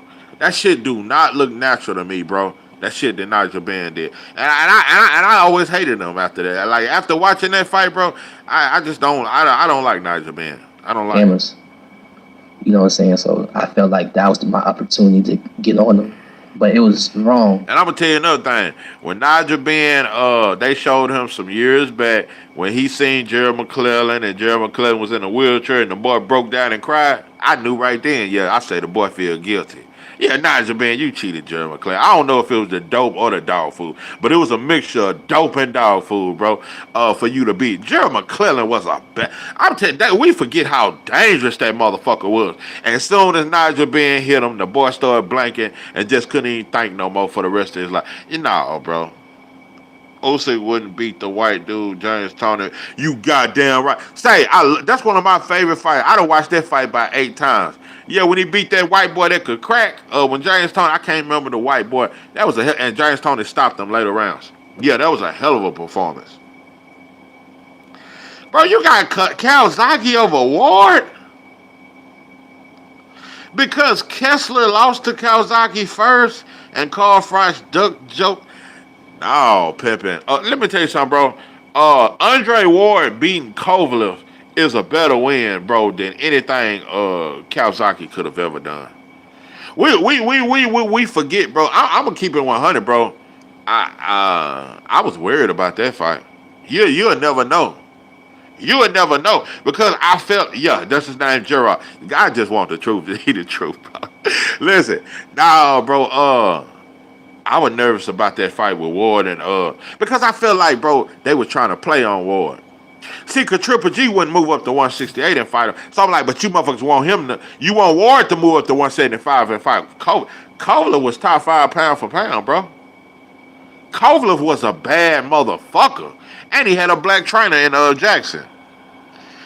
Andre Durrell was a beast, but took the dirty shot from Arthur. Oh, people forget he was one of the favorites to win the Super 6. Yepper. Oh, you said Ward win was at 175. You talking about 168? I still got, bro. Wasn't it at 168 when Ward beat Chad Dawson? Wasn't that at 168? Yeah, bro. Ward, bro. I don't even think it's close, bro. Ward is way better than Joe Calzaghe to me. I don't know. Maybe I'm black and biased, but I don't see nothing in Joe Calzaghe that's anywhere near as good as Ward to me. Oh, Pepe. That's when Kovalev was the bro. I swear to God, I was worried about that fight. Kovalev was a beast when Ward fought him. But then Canelo. Check this out. Kovalev was much older. Remember, he fought Anthony Yarde, and Anthony Yarde almost stopped him.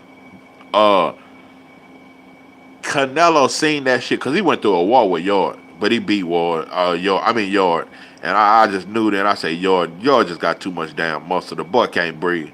Yeah, the boy Yarde really supposed to be a heavyweight. But anyway, so Canelo moved up to 175 and made Kovalev fight him 2 months after that. 2 months after going through that war with Anthony Yarde, Canelo fought Kovalev. 2 months later. That shit was so fucking strategic. Get on him. But it was wrong. For sure it was wrong. And again, I apologize. You know what I'm saying? It's a better way to... I'm telling you, bro, if Kovalev had to beat Andre Ward, they would have had him top 10 of all time. I'm telling you, bro, when they beat us, that shit be the biggest shit. If Kovalev had to beat Andre Ward, bro, you see how Ward, people try to sleep on Ward like he wasn't that? I could put Ward top 15 of all time. I'm not mad at nobody for putting Andre Ward top 10 of all time. But I definitely can put him top 15. Handle things as a professional. Have you reached out to him? Nah, because I know I'm going to see him. Okay. And I rather like something that to that magnitude. Oh, hell no. Joe Calzaghe would not beat Adonis Stevenson. Adonis Stevenson was a mark for not fighting Ward. I wanted that Ward versus Adonis Stevenson fight so fucking bad.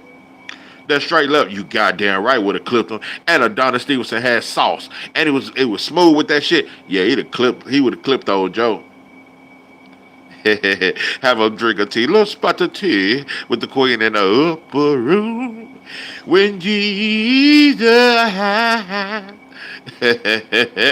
HBO was bad with Ward. You goddamn right. And then they're gonna try to say the first fight was a robbery. Bro, he dropped Ward in the second round. Ward damn near won every round after that. Yeah, when Virgil Hunter got on Ward's ass in that corner, Ward came back in that fight, and I thought he won damn near every round after that. And in the second fight, he stopped him. But you see how they try to say Ward hit him with low blows? They did not want to give Ward credit for beating Kovalev, I'm telling you. But if Kovalev had to beat Ward, he'll be top. All these black channels, we'll have Kovalev top 10 of all time. If Kovalev had to beat Andre Ward, bro, when he was the crusher, we would all say he top 10 of all time. That happened, I can do this. You know what I'm saying? Thursday Night Football on Prime. Hold on, stop motion. You said Ward should have fought Stevenson. Andre wouldn't go to Canada. Hold on. So you saying they sent him an offer to go to Canada and fight Stevens? I never heard that, bro. And I'm just gonna be a little honest. Ward was the man. I can do this. If anything, I think Adonis Stevenson should have came over here, bro. Ward was the man. Ward won the Super 6 at 168. Homecoming, if you will. Was Keyshawn Davis feeling himself a little bit too much now? Yeah, it was a lot of emotions. Feeling myself, on a high. I'm a world champ. I'm in my hometown. I'm very likable. Everybody loved me. Like at that time I didn't make no mistakes. You know what I'm saying? I'm the people's champ. You know what I'm saying? So it was a lot of mixed emotions for real, and there was a lot of stuff that was just that shit came fast, bro. That joint was happening fast, and honestly, I'm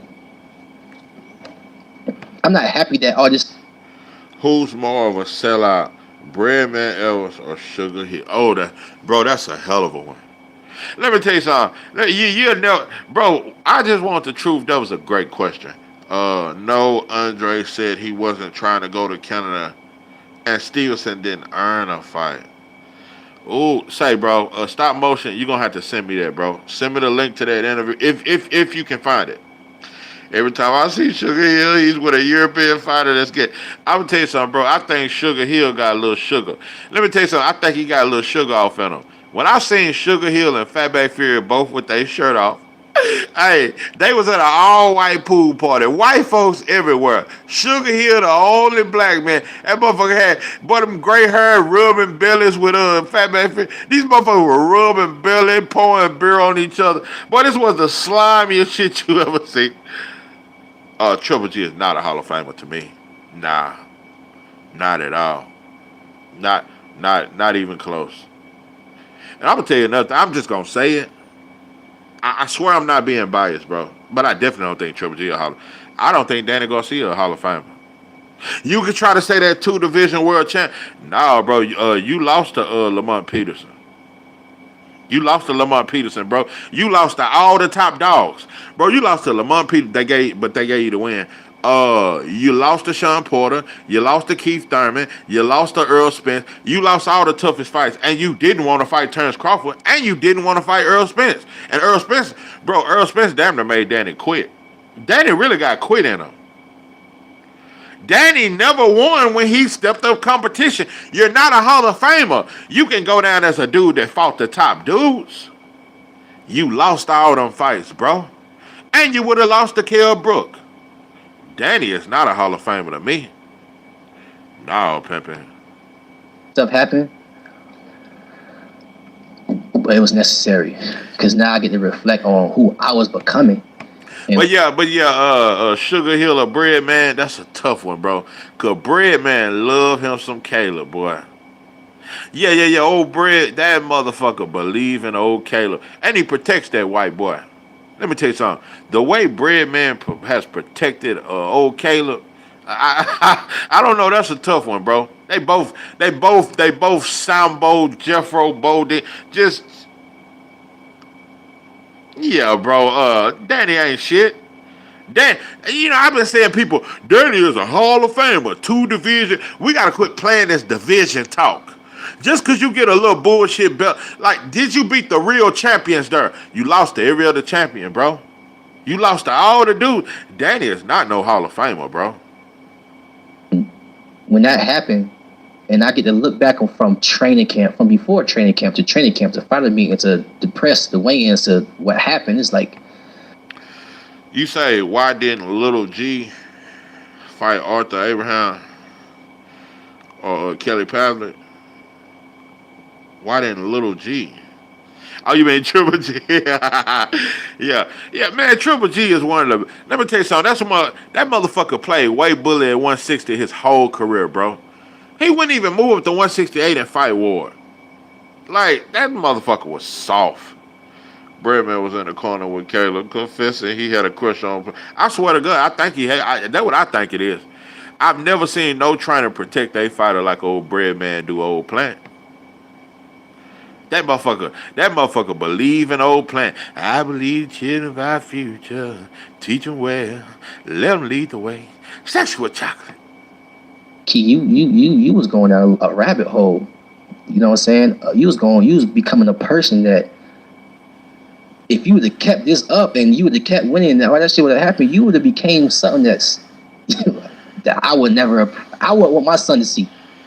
You know what I'm saying? So what happened? I hate what happened, but what happened is definitely going to change me to a better person.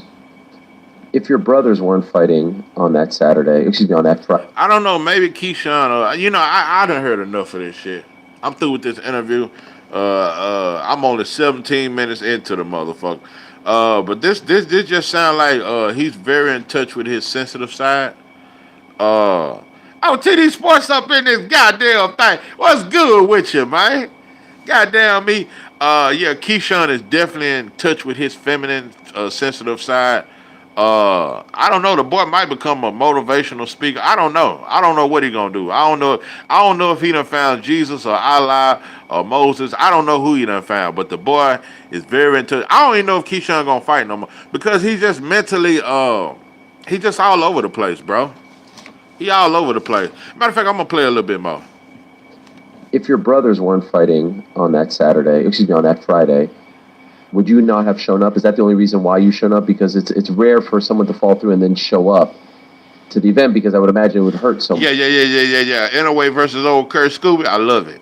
Yeah, I love it. Yeah, and Lomachenko versus them Billy. Let me tell you something, bro. I pay $195 for that pay-per-view. Yeah. I travel to Canada for that shit. But you know I'm a felon though, so I can't get no cash. Much being there. Right. It was Saturday. But, it was Saturday, excuse me. Yeah. My first Saturday, supposedly my first Saturday fight. But honestly, if my brothers won't fight, I wouldn't have showed up. Inouye versus Kurt Scooby, that's cool. But like I said, I want to see Inouye fight Deontay Wilder. That's what I want to see. Since Inouye is the hardest puncher in boxing, let's go hardest punch. Let's just see who the hardest puncher is. That's what I want to see.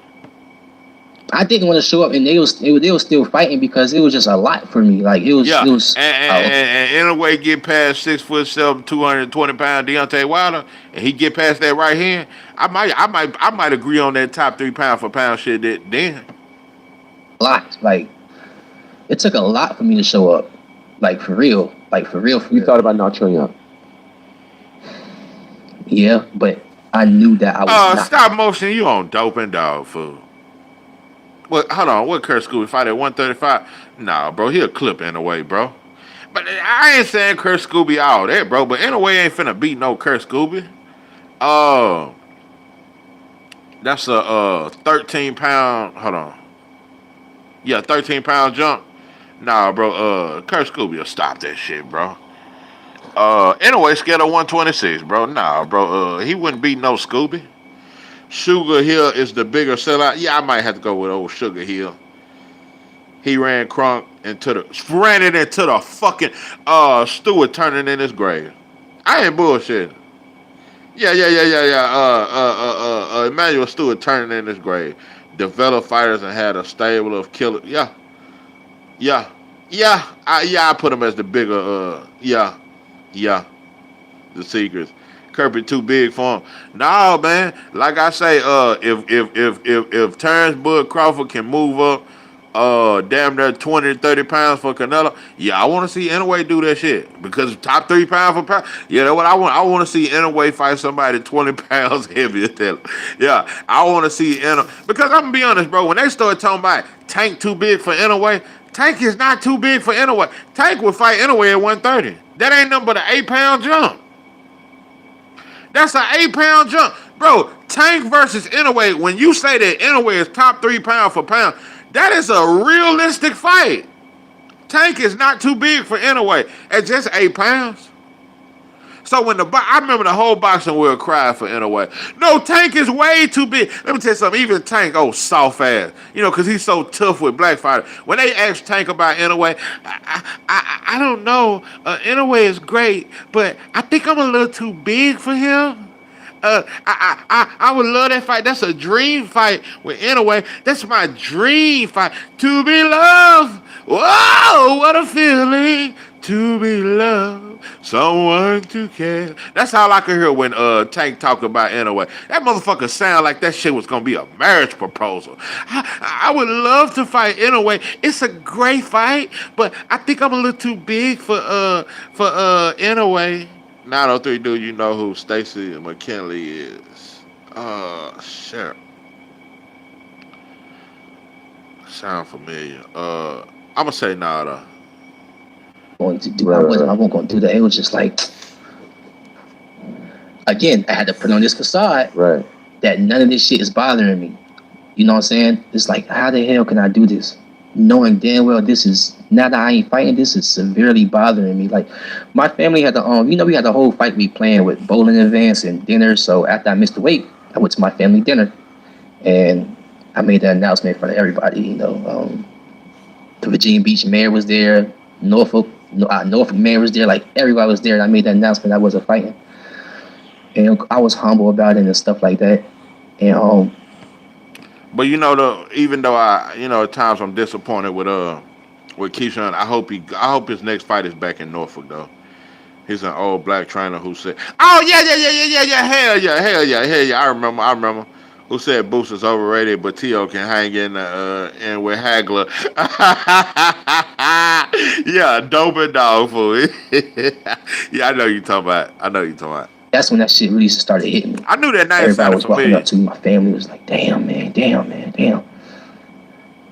That shit hit me, bro. So, like, later that night, I couldn't even really sleep. Like, wait. Everybody's stressed waiting. Yeah,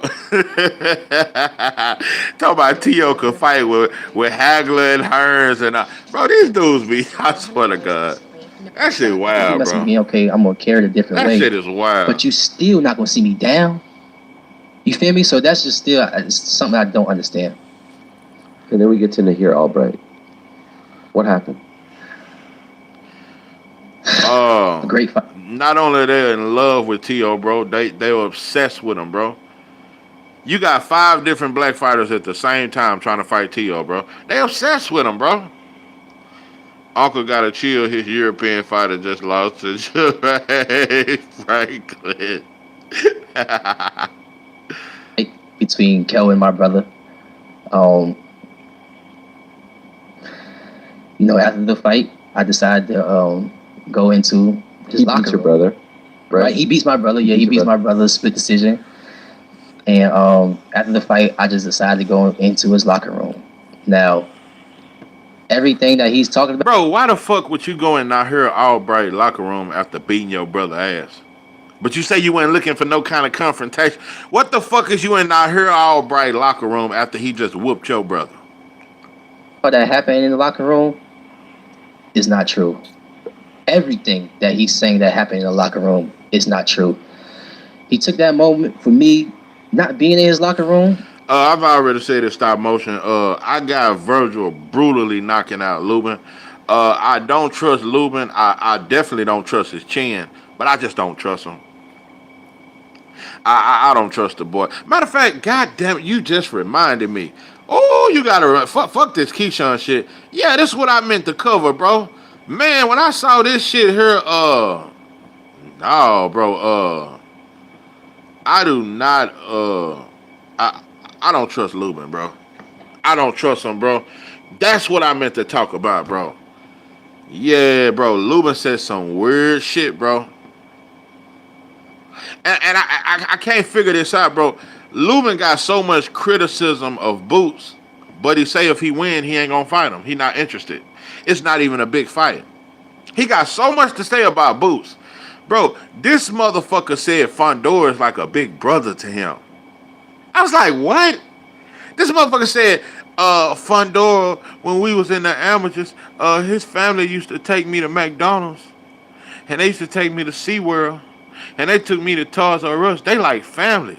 Let me tell you something. The way Fondor swole your ass up, boy, if that's family, boy, you motherfucker on dope and dog fool. Always.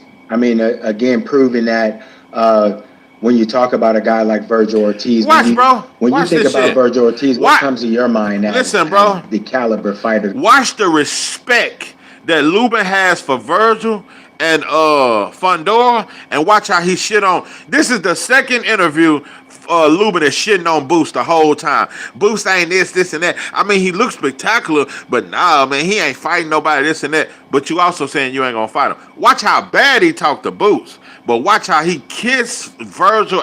This motherfucker respect Virgil like as if he's a 2-division world champion. Fondor like a badass stepchild.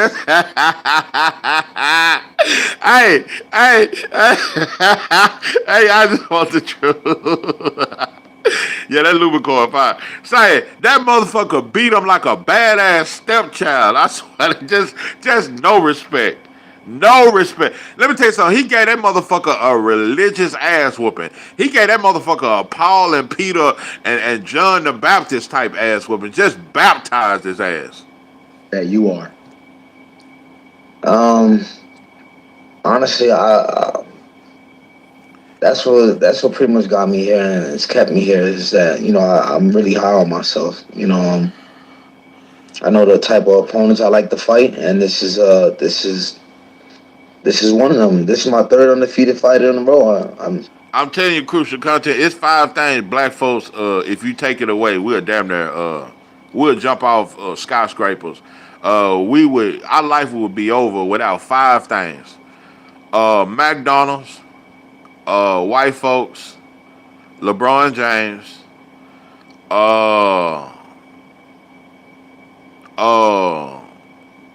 Blue Dream, and Hennessy. Black folks are damn near. We'll give up tomorrow. If white folks take them 5 things from us, bro, we'll give up on life. We'll crash the fuck. And McDonald's is at the top of that list, bro. Without McDonald's, we wouldn't know how to survive, bro. And that Popeye chicken sandwich. I don't know if it's McDonald's or that Popeye chicken sandwich, but bro, black folks, bro, we lose our fucking mind. You take away you take away that Big Mac sauce. Man, black folks would tear this the way them white folks storm DC. Let me tell you something. We'll flip the goddamn McDonald's upside down. I mean, Fredmore did look out for him, I guess, but I don't understand why he is. I get that stop motion, but he just greased Fondora up a little. Let me tell you something, bro. I don't give a fuck if your family took me to McDonald's to get a Happy Meal during the amateurs, and you done bought me a Popeye chicken sandwich, and you took me to SeaWorld. All that shit is fine and dandy. But when you look at how Fondora lumped up Lubin, bro, I don't give a fuck what you done for me. I don't give a fuck about that Happy Meal or that Big Mac sauce. The way you lumped up Lubin and he was all over the internet and you humiliated me, we is not family, bro. You whoop my ass like that, bro. I'm telling you, bro, if I had a cousin that ever lumped me up like that, we ain't cousins, bro. And this is one of them. This is my third undefeated fight in a row. Lubin ain't forget that Big Mac. Yeah, that Fondora game. Yeah, with the extra sauce. That's one thing about black folk, bro. When non-black people do shit for us, we don't forget that shit. We don't forget that shit. Somebody died over chicken. Those are facts, bro. I remember. Let me tell you something. Out here in Texas, bro, motherfucker pulled up at the drive-thru, and they was out of Popeye's chicken sandwich. This is when that Popeye's chicken sandwich first hit. I'm gonna tell you, bro, there's never been a more dangerous time in the neighborhood, bro, when Popeyes came out with that chicken sandwich. It was a motherfucker pulled up in the drive-thru, bro, and they said, we out of chicken sandwich, and the motherfucker pulled a gun on the motherfucker in the driveway. Yeah, bro, we got real serious behind that Popeyes chicken sandwich. Yeah, bro, that Andre Holmes fight, bro, that's what I'm saying. Lubin, you're criticizing Boost so much. You just fought Andre Holmes. That's not too far off Lima.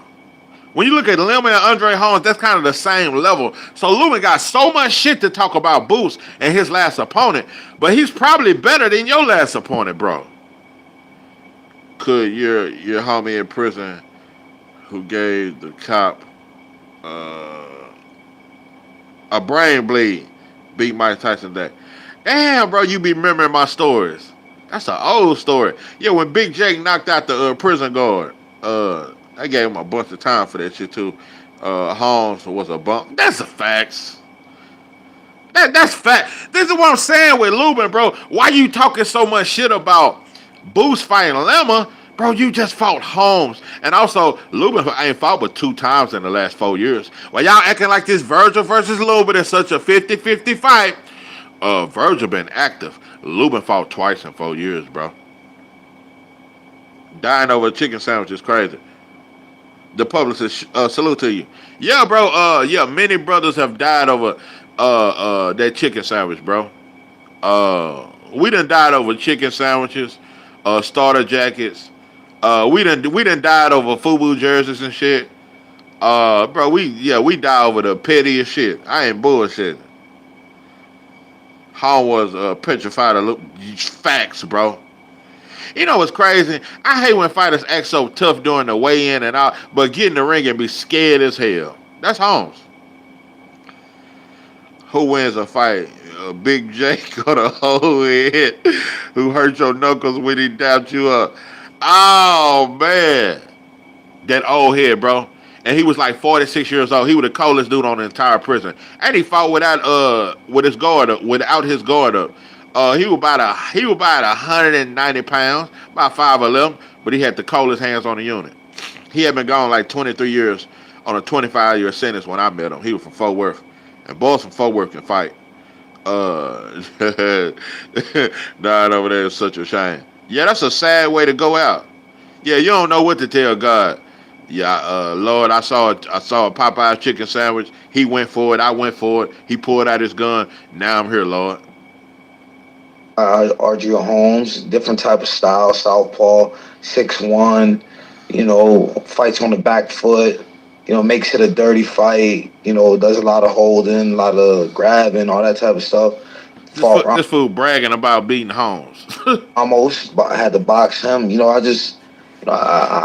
true enough, even though I had Lubin beating Ramos, bro, a lot of people thought Lubin lost to Ramos. I had Lubin winning, but a lot of people thought you lost, bro. I like to get down. I just adapt, and find a guy like Virgil Ortiz is it shows my character. By the time it's said and done, you guys are gonna be mentioning me with the greats. Honestly, right now it's to me boxing is me too. Yeah, I think old Lima Bean, he beat the shit out of old Holmes. And just the popularity. But like I said, bro, Lubin is saying if he beat Virgil, he's not fighting Boots. This motherfucker talking about he gonna rematch Fondor, but Fondor is scheduled to fight Keith, bro. They just rescheduled the fight. So you're gonna wait on Fondor? Avius Griffin bounced back. He got to work on condition. Those are facts, bro. I was so disappointed with Avius Griffin.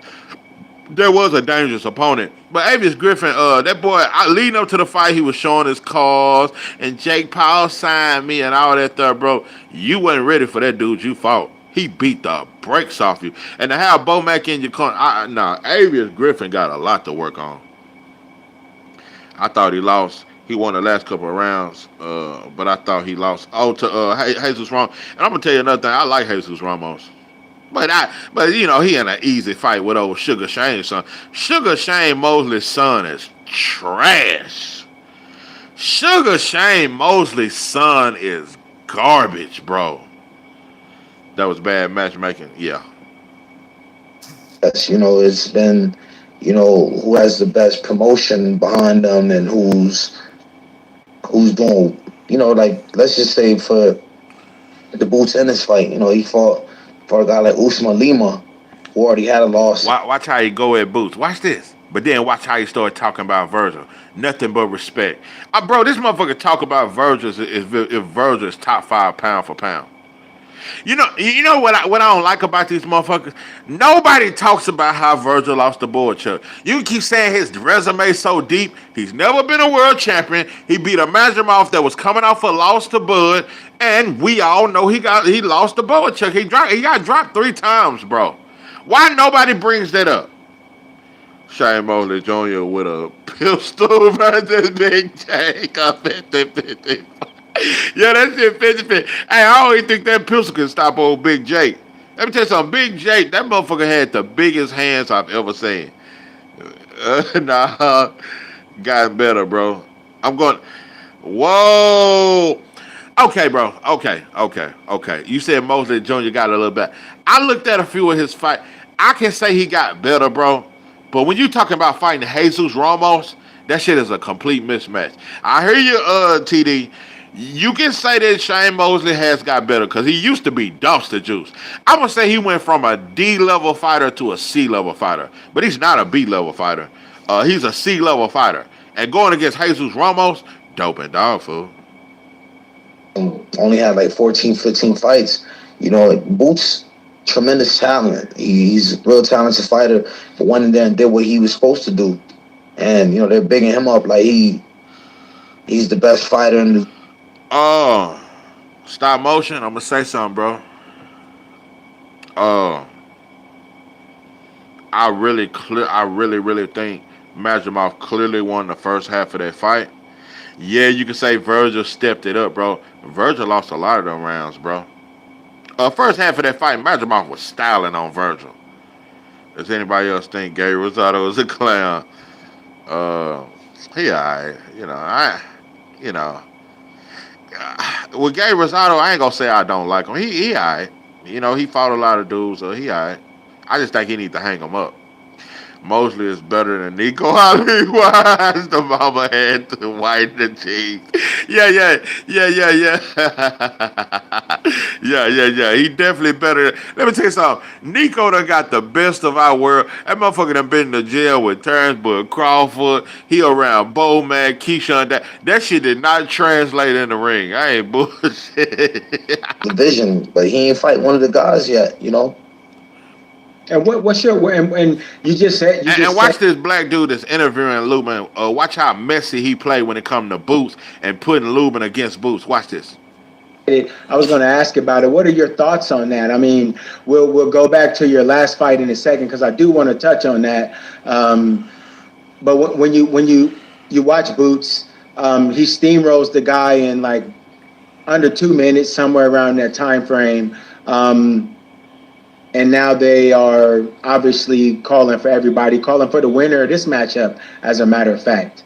Well, I mean, you goddamn right, bro.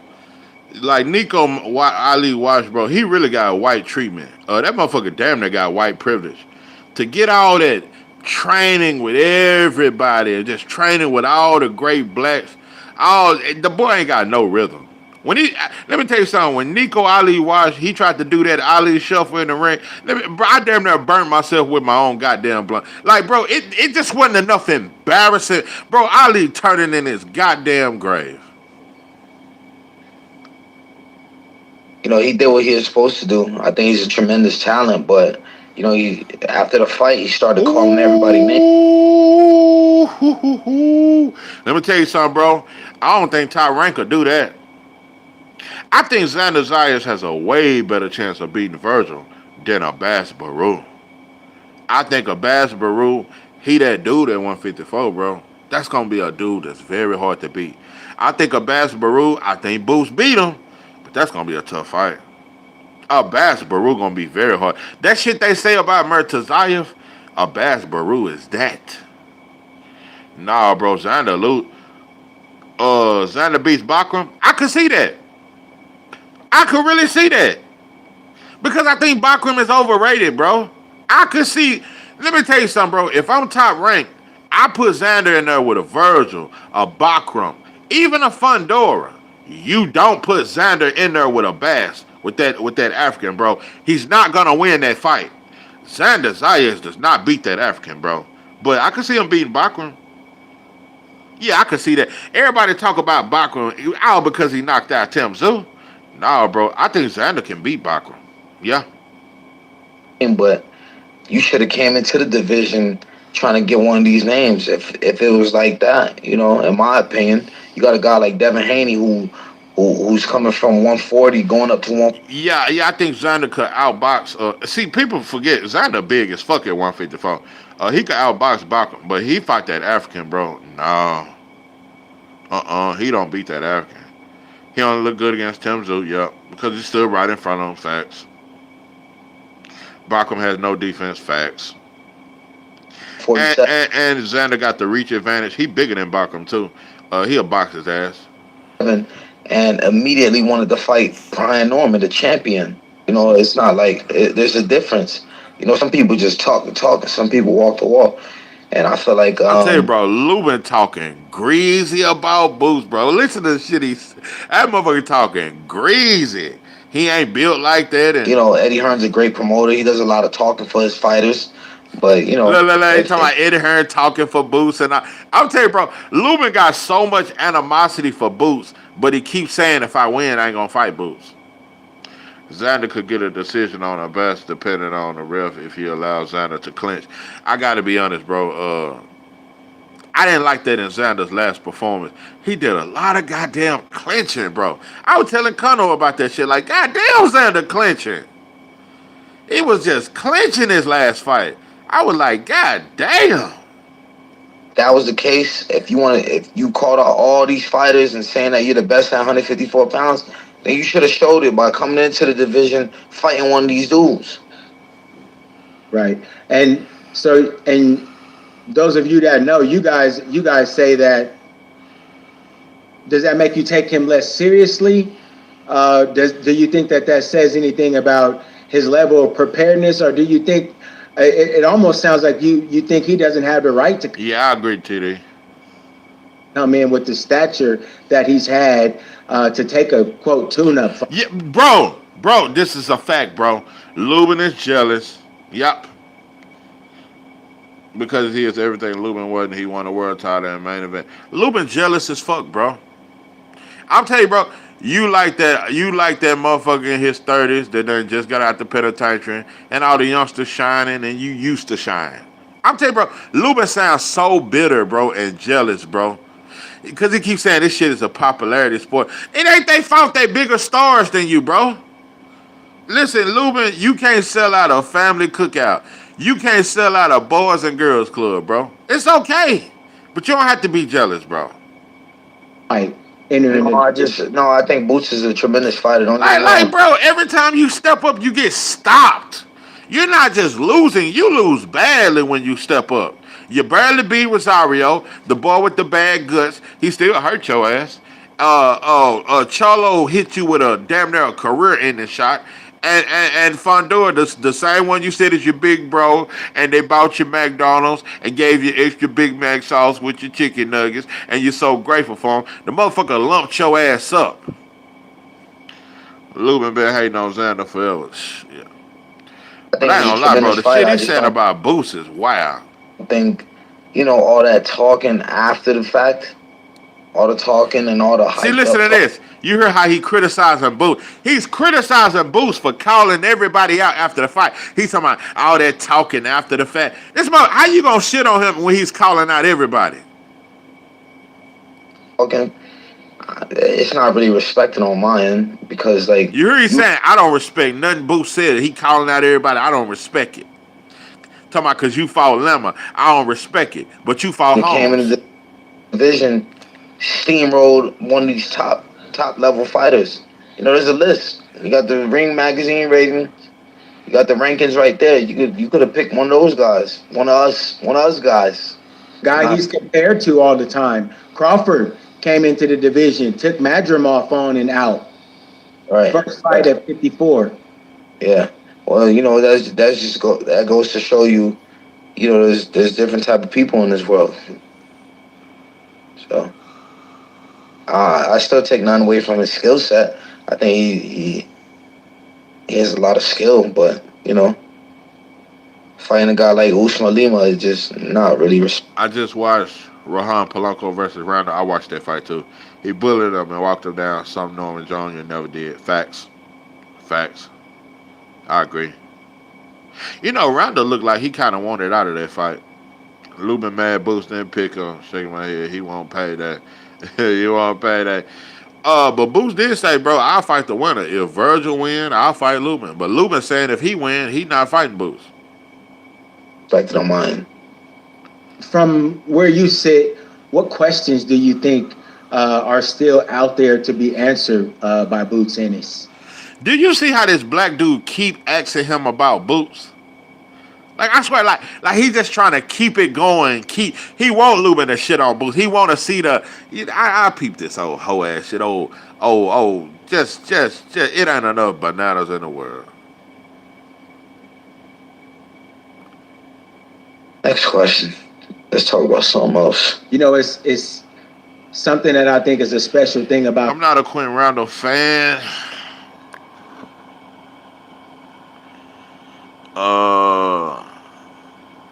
I'm not a Norman fan, but Quentin Roundle said that he was sick in that Norman fight. That's why he was clinching. Yeah, he was clinching like a motherfucker. See those fighters clinching today, but don't know how to be a strategic. Hold on. See fighters clinching today, but don't know how to be strategic and use it as art form. Yep, on the inside fighting like Beehive, like Tony, and even Floyd Facts. Clinching the setup and get shots off. Facts. Fact. That's one thing I like about Abdullah and Shushu. They can sit in that pocket.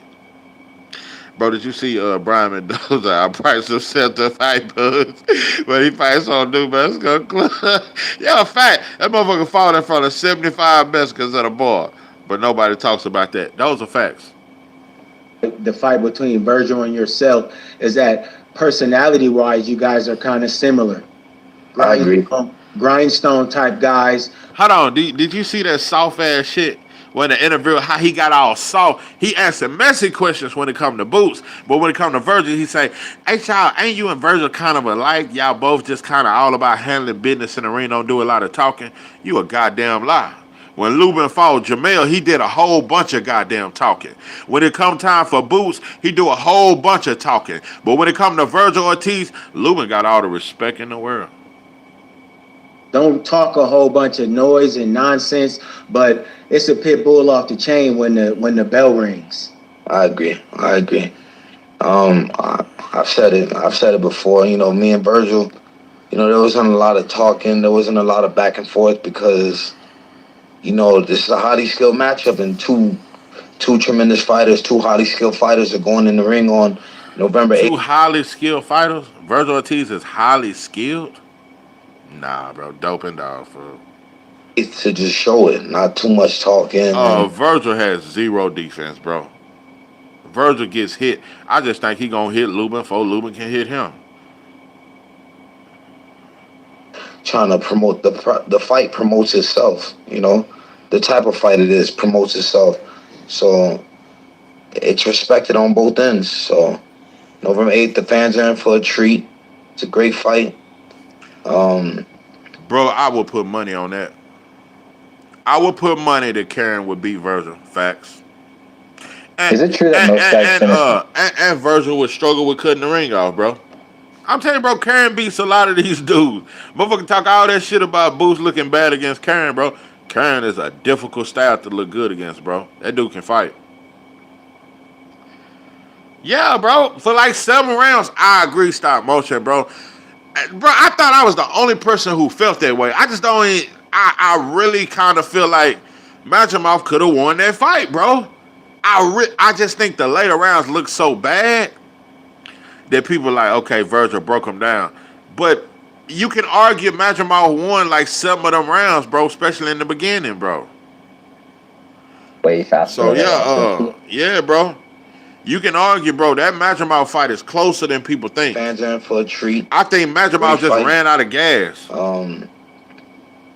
Like I said before, highly skilled matchup. Coincidentally, this motherfucker keeps saying him versus Virgil is a highly skilled matchup, bro. It's not a highly skilled matchup, bro. That's the respect he got for Virgil. He thinks Virgil is highly skilled. So for Virgil to 2 biggest fights, he really lost, but he has this great resume. Bro, these are facts. They talk about Virgil as if he's the best at 154. Virgil's never been a world champion, bro. And his 2 biggest step-up fights, people think he lost, bro. Boots is going to show level when he fights Virgil. Virgil Ortiz is tailor-made for Boots. And I'm just going to be 100. That's why Boots wants to fight so bad. And Bozy. At least Bozy admitted it. Bozy is very truthful. That's why when it comes to Terrence Crawford, Bozy gives Terrence Crawford all his credit. Bozy is very truthful. Bozy said, we want Virgil because we love people who come forward like that. The boy ain't got no defense. Bozy said, Virgil Ortiz is tailor-made for my son. He's tailor-made. Shushu may fight Ray Vargas. Ooh.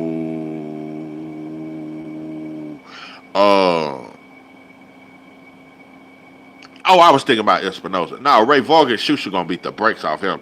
I think Espinoza may be the toughest fight for Shushu at 126. Shushu beats the brakes off Ray Vargas.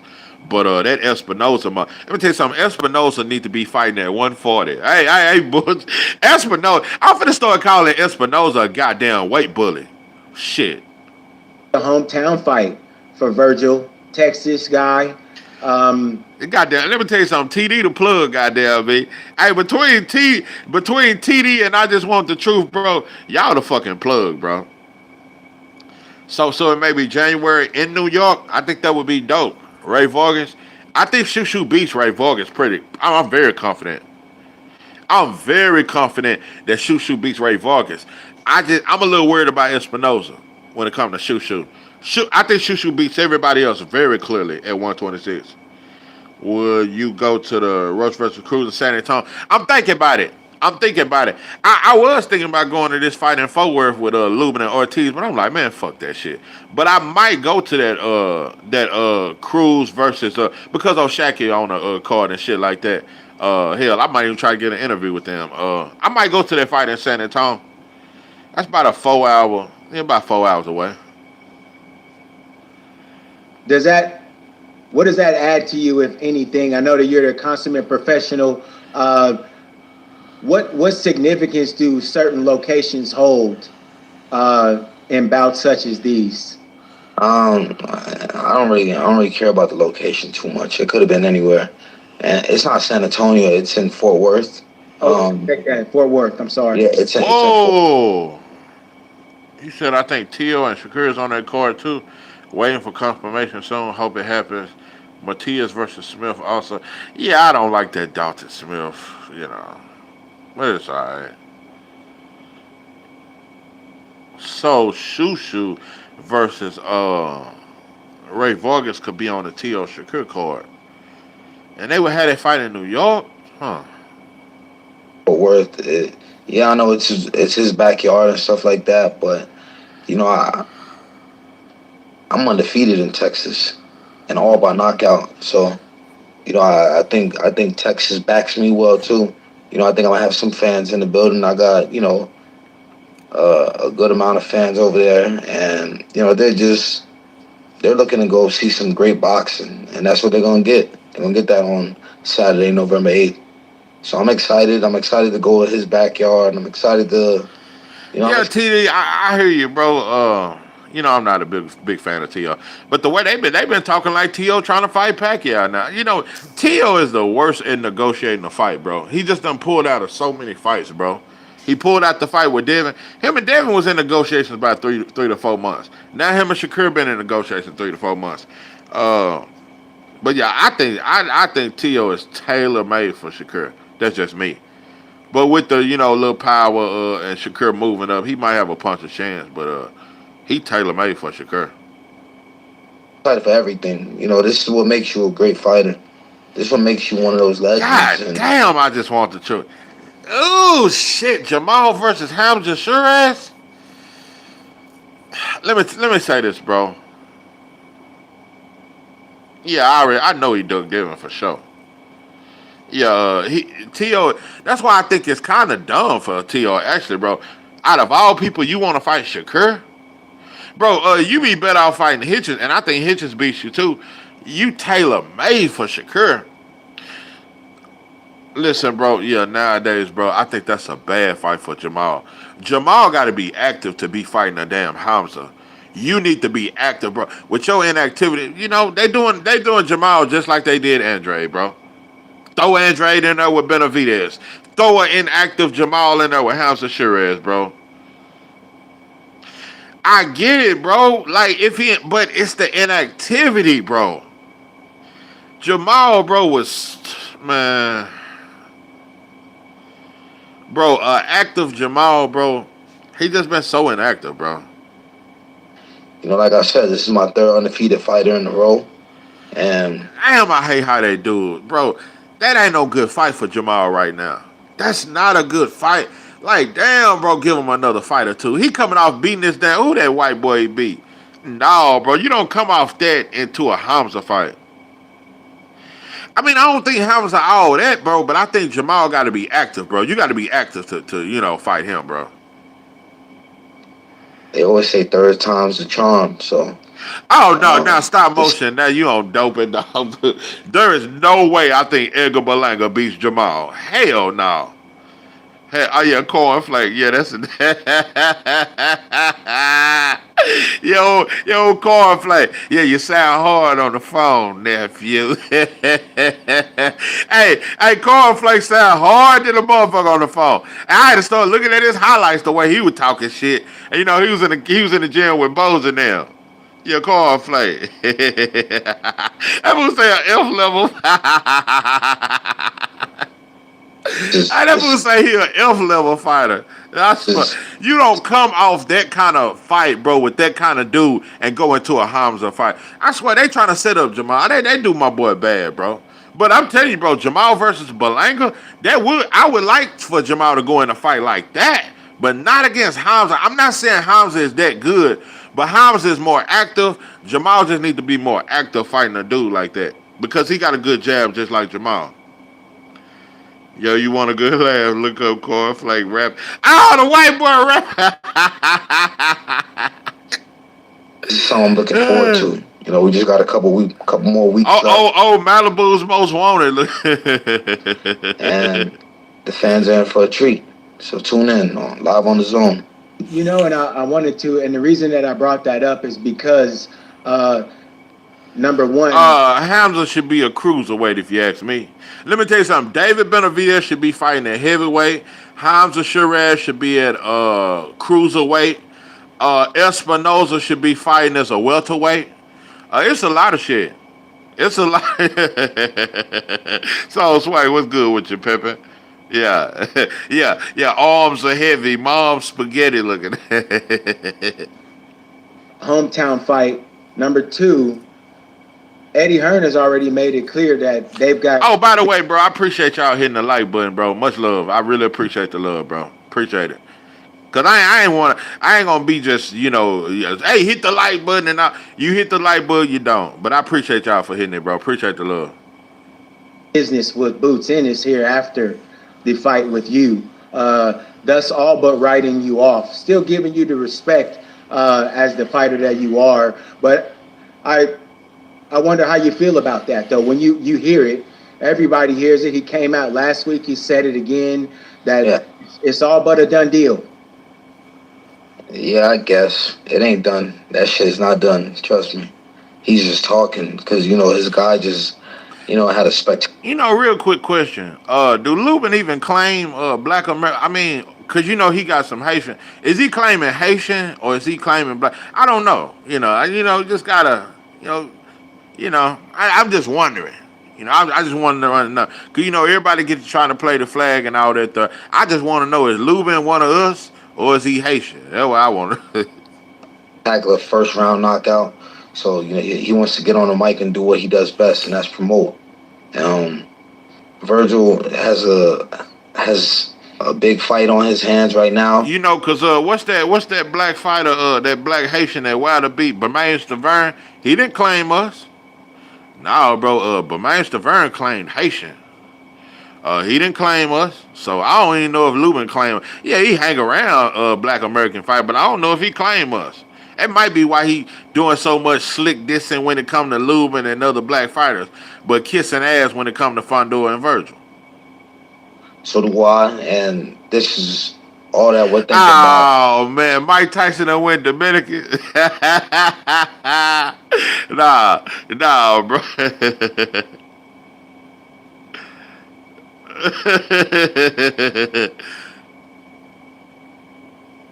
So the Boots in this fight right now, they could talk about all that all they want, but you know, ain't nothing signed. You don't just sign while you got to fight, you know, at hand. Bro, Mike Tyson full of them goddamn shrooms. That motherfucker went from weed to now that motherfucker just eating shrooms. I don't even think the boy smoke weed no more. He just taking shroom after shroom. That motherfucker everywhere. He everything. Mike Tyson that motherfucker get too high. Good, it's good he ain't on that cocaine no more though. Yeah, I'm gonna look it up. You know what? I got plans of my own. I want to fight Fondora again after this. So, you know, you see how Lubin shut up that Boots fight? I got plans of my own. I want to fight Fondora. So you're basically saying Fondora is just gonna run through Keith, and but you're gonna wait on that. You're gonna wait on that. Like that's just stupid, bro. That's just stupid to me, bro. Why not fight an undefeated Boots? And you keep saying Boots ain't nobody, he ain't fighting nobody. Why not say, I'm going to beat Virgil ass, and after that, since they wanted to hype up Virgil versus Boots, then I'm going to whoop Boots ass. This motherfucker saying if I beat Virgil, I'm not fighting Boots. I'm just going to wait on Fundora or Charlo. It's like me going out there and saying some shit like that. Yeah, I got the Fundora fight signed, and you know we're gonna make it happen after the Boots Ennis fight. I mean, after the Virgil Ortiz fight. You know, you can say all that, but you still got something at hand. So, Have you? But yeah, Lubin, I'm just getting to the point where he was talking about Fundora buying him some McDonald's, and I'm off this motherfucker. Yeah, I just want y'all to hear about his love for it's best that everybody Fundora just shut the fuck up and how they bought him McDonald's and put some extra Big Mac sauce on the boy nuggets, and he loved him some fun. And Fundora is family. Wait till you motherfuckers hear this shit. focus on what's at hand.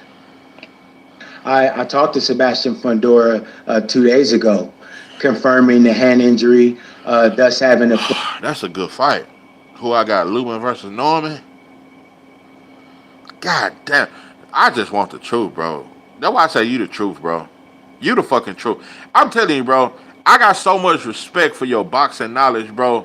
That was a great fucking stylist and matchup you just named. Brian Norman versus Lubin. God damn, that's a hard pick. Type that shit in the chat. Look at my wife talking about, baby, you done went 3 hours. Yeah, I've been live 2 hours and 30 minutes. Yeah, I've been going, baby.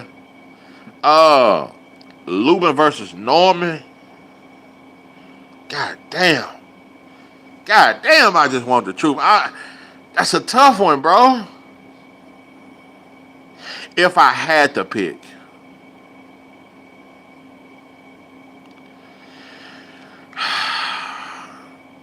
Bro, y'all type that in the chat, bro. Who you got out of Lubin and Norman? Type that shit in the chat. Norman by brutal KO? Sasaki style. Watashi wa star. I got Norman. Damn, I'm surprised at all the Normans. Good night, honey. I can't hang. All right, baby. Baby done pulled up and left the stage. Damn. Everybody got Norman. Bro, I think I would pick Lubin. I think I would pick Lubin over Norman, bro. I think Lubin could outbox Norman. I think I would pick Lubin, bro. But it's so hard, bro. Oh, salute to you, OG Marcus. Thank you very much for that super chat. He said, for the grind and spending time with us talking boxing. Yeah, I'm going on 2.5 hours, man. I plan on doing an hour. Like I said, I'm gonna try to give you at least an hour every time I go live. And by the way, I will be live Monday through Fridays. 11 in the morning. And like I said, I'm gonna try to do a night, evening show around by 8, something like that, and shit like that, and talk boxing. But yeah, appreciate it. It's a true 50-50 fight, bro. I think I would edge Norman. I mean Lubin. But once again, I think Lubin is more experienced, but I don't trust Lubin's chin. So I do understand why y'all saying Norman. Dev gonna cook him. I think Devin gonna beat Norman. But I can see how y'all pick Norman. I do not trust Lubin's chin. But I think I could argue his fundamentals are a little more solid than Norman's. But yeah, I don't trust Lubin's chin. I don't know, bro. That is a true 50-50 fight. I still might go Lubin. Cause Lubin bigger, and he could catch Norman coming in. I might pick Lubin, bro. I talked to Sebastian. But that is such a hard pick. This fool said, bro, I pray Devin loses his fans all weird. Yeah, Devin fans are motherfucker. I used to be one of them, boy. Just delusional. It's going to be a male situation where Lubin is the better fight, but Norman is more of a dog. I do think that boy, I just want the truth, bro. That was a great. Now you convinced me to pick Norman. I picked Norman, and I picked Norman because of what you just said. Norman is more of a dog than Lubin. That is a fact. That's a great assessment, bro. You can argue Lubin is more all around and all that there.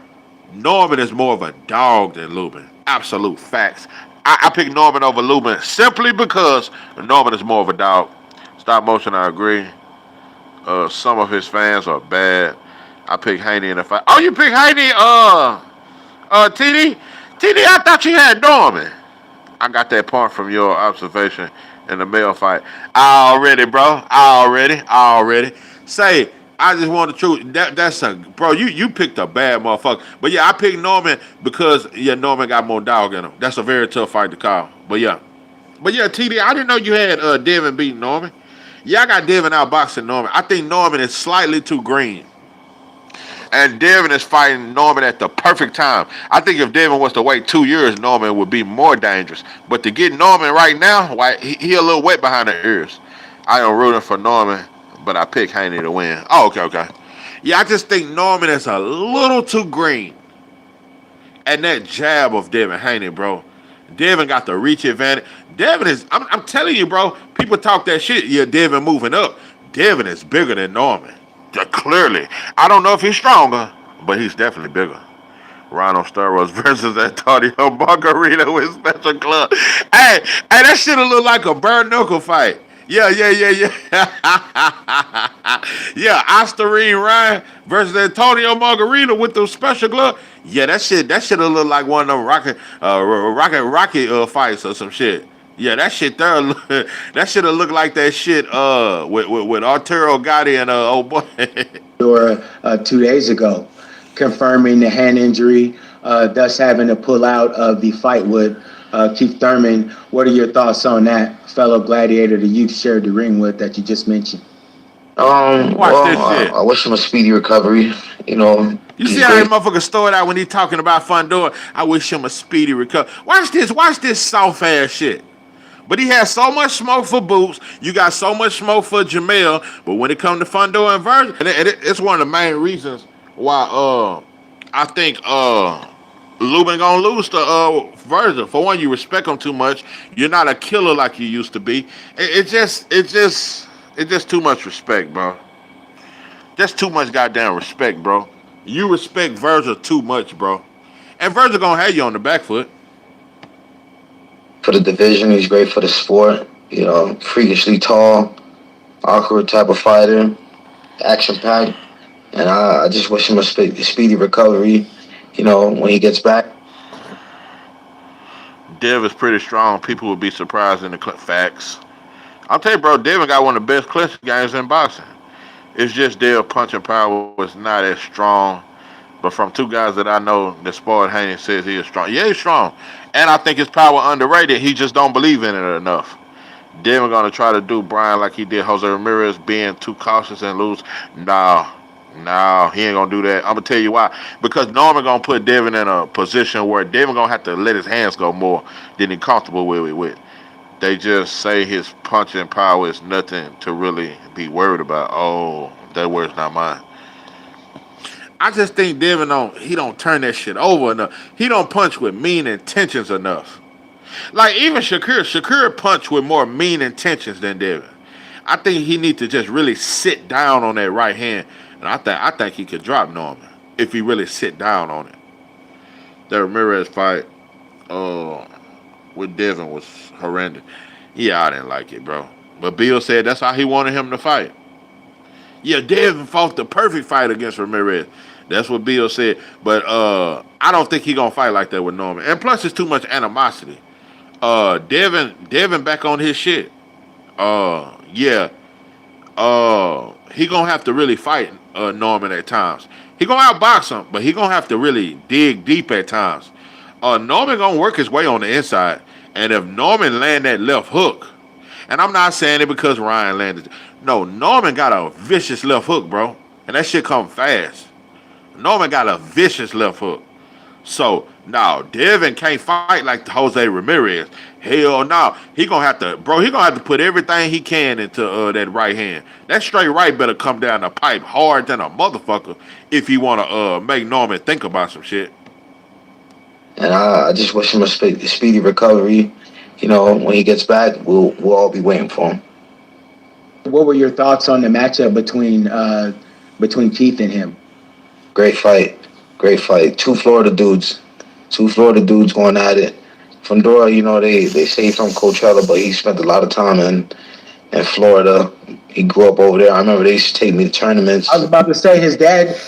We spent time. See, watch this part where he say his daddy, Fundora daddy, used to take him to tournament. Watch him talk. Yeah, the boy used to buy him McDonald's and that Wendy's 5 for $5 and shit. Watch him talk about this shit. Yeah. Thoughts on Jim Lampley saying Mike Tyson is a hype job, but hugging him every time they see each other. Hey, Jim Lampley ain't shit, boy. The last fight, and they told me that they've said that a lot of times that they really got major love for you, that you roll with them to tournaments, and that that you guys have been close in life. What's that like? Yeah, when I was growing up, my parents they weren't too supportive. Not even, I can't say they weren't supportive, but they just didn't have the funds like that. So, they'll send me to tournaments with some money to eat, and guys like Fundora and them used to take care of me, like his family. So I got a lot of respect for them. It's a brutal sport, and I'm very competitive. So I may have had a lot to say after the fight that we had. I told you he bragging about how Fundora daddy used to buy the boy 5 for $5. Yeah, used to get the boy the McDouble with the goddamn fry, with a goddamn meat 4-piece nugget with the extra Big Mac sauce, and the goddamn McFlurry on the side. Cookies and cream. And I got no respect for them.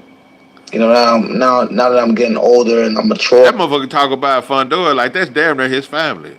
More. Bro, ain't no way you finna lump me up like that and I still speak. Fuck them goddamn burgers. Fuck that goddamn 4-piece and fuck that goddamn Big Mac sauce. Nah, bro, you swell me up like that, bro. We ain't no motherfucking friends. Yeah, don't no friends swell nobody. Yeah, and I done fought friends, but I didn't swell them up like that. No, you don't punish your friend like that, motherfucker.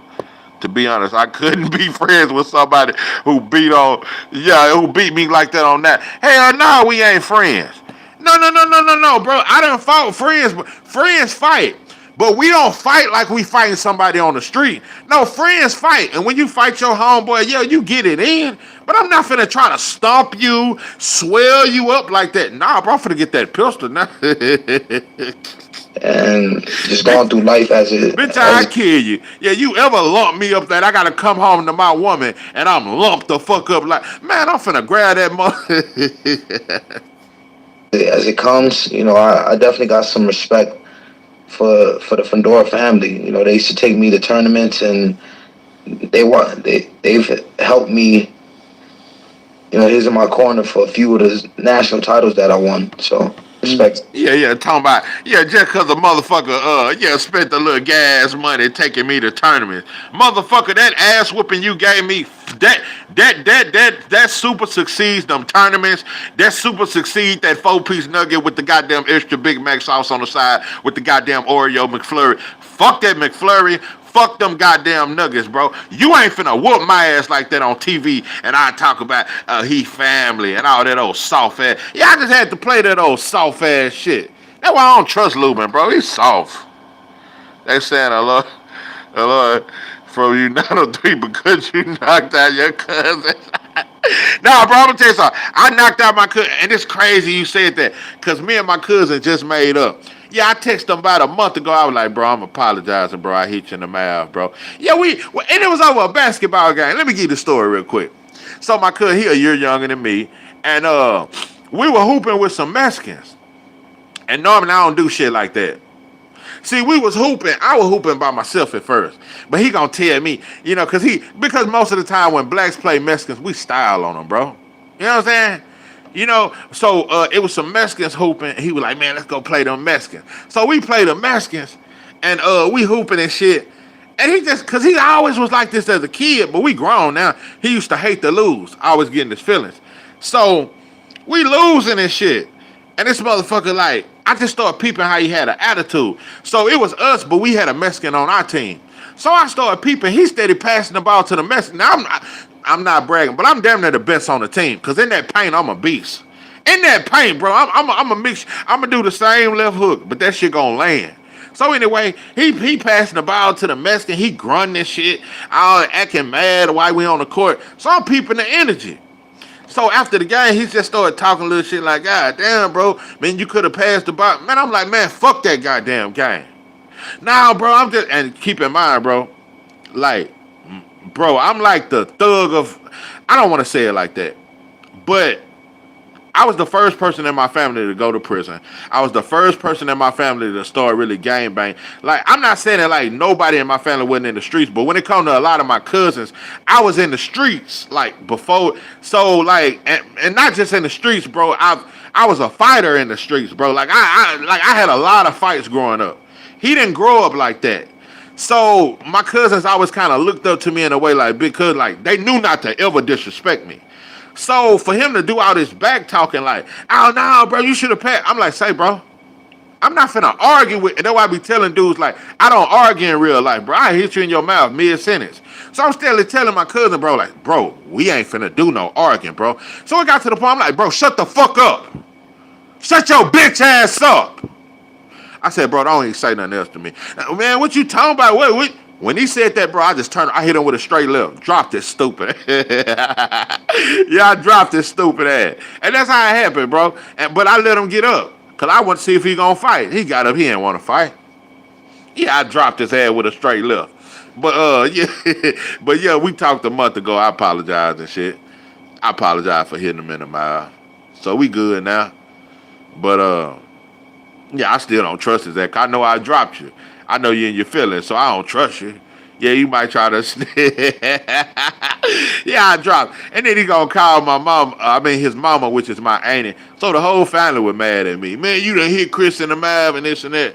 But yeah, I hit his ass in the mouth. But he was talking tough, and he.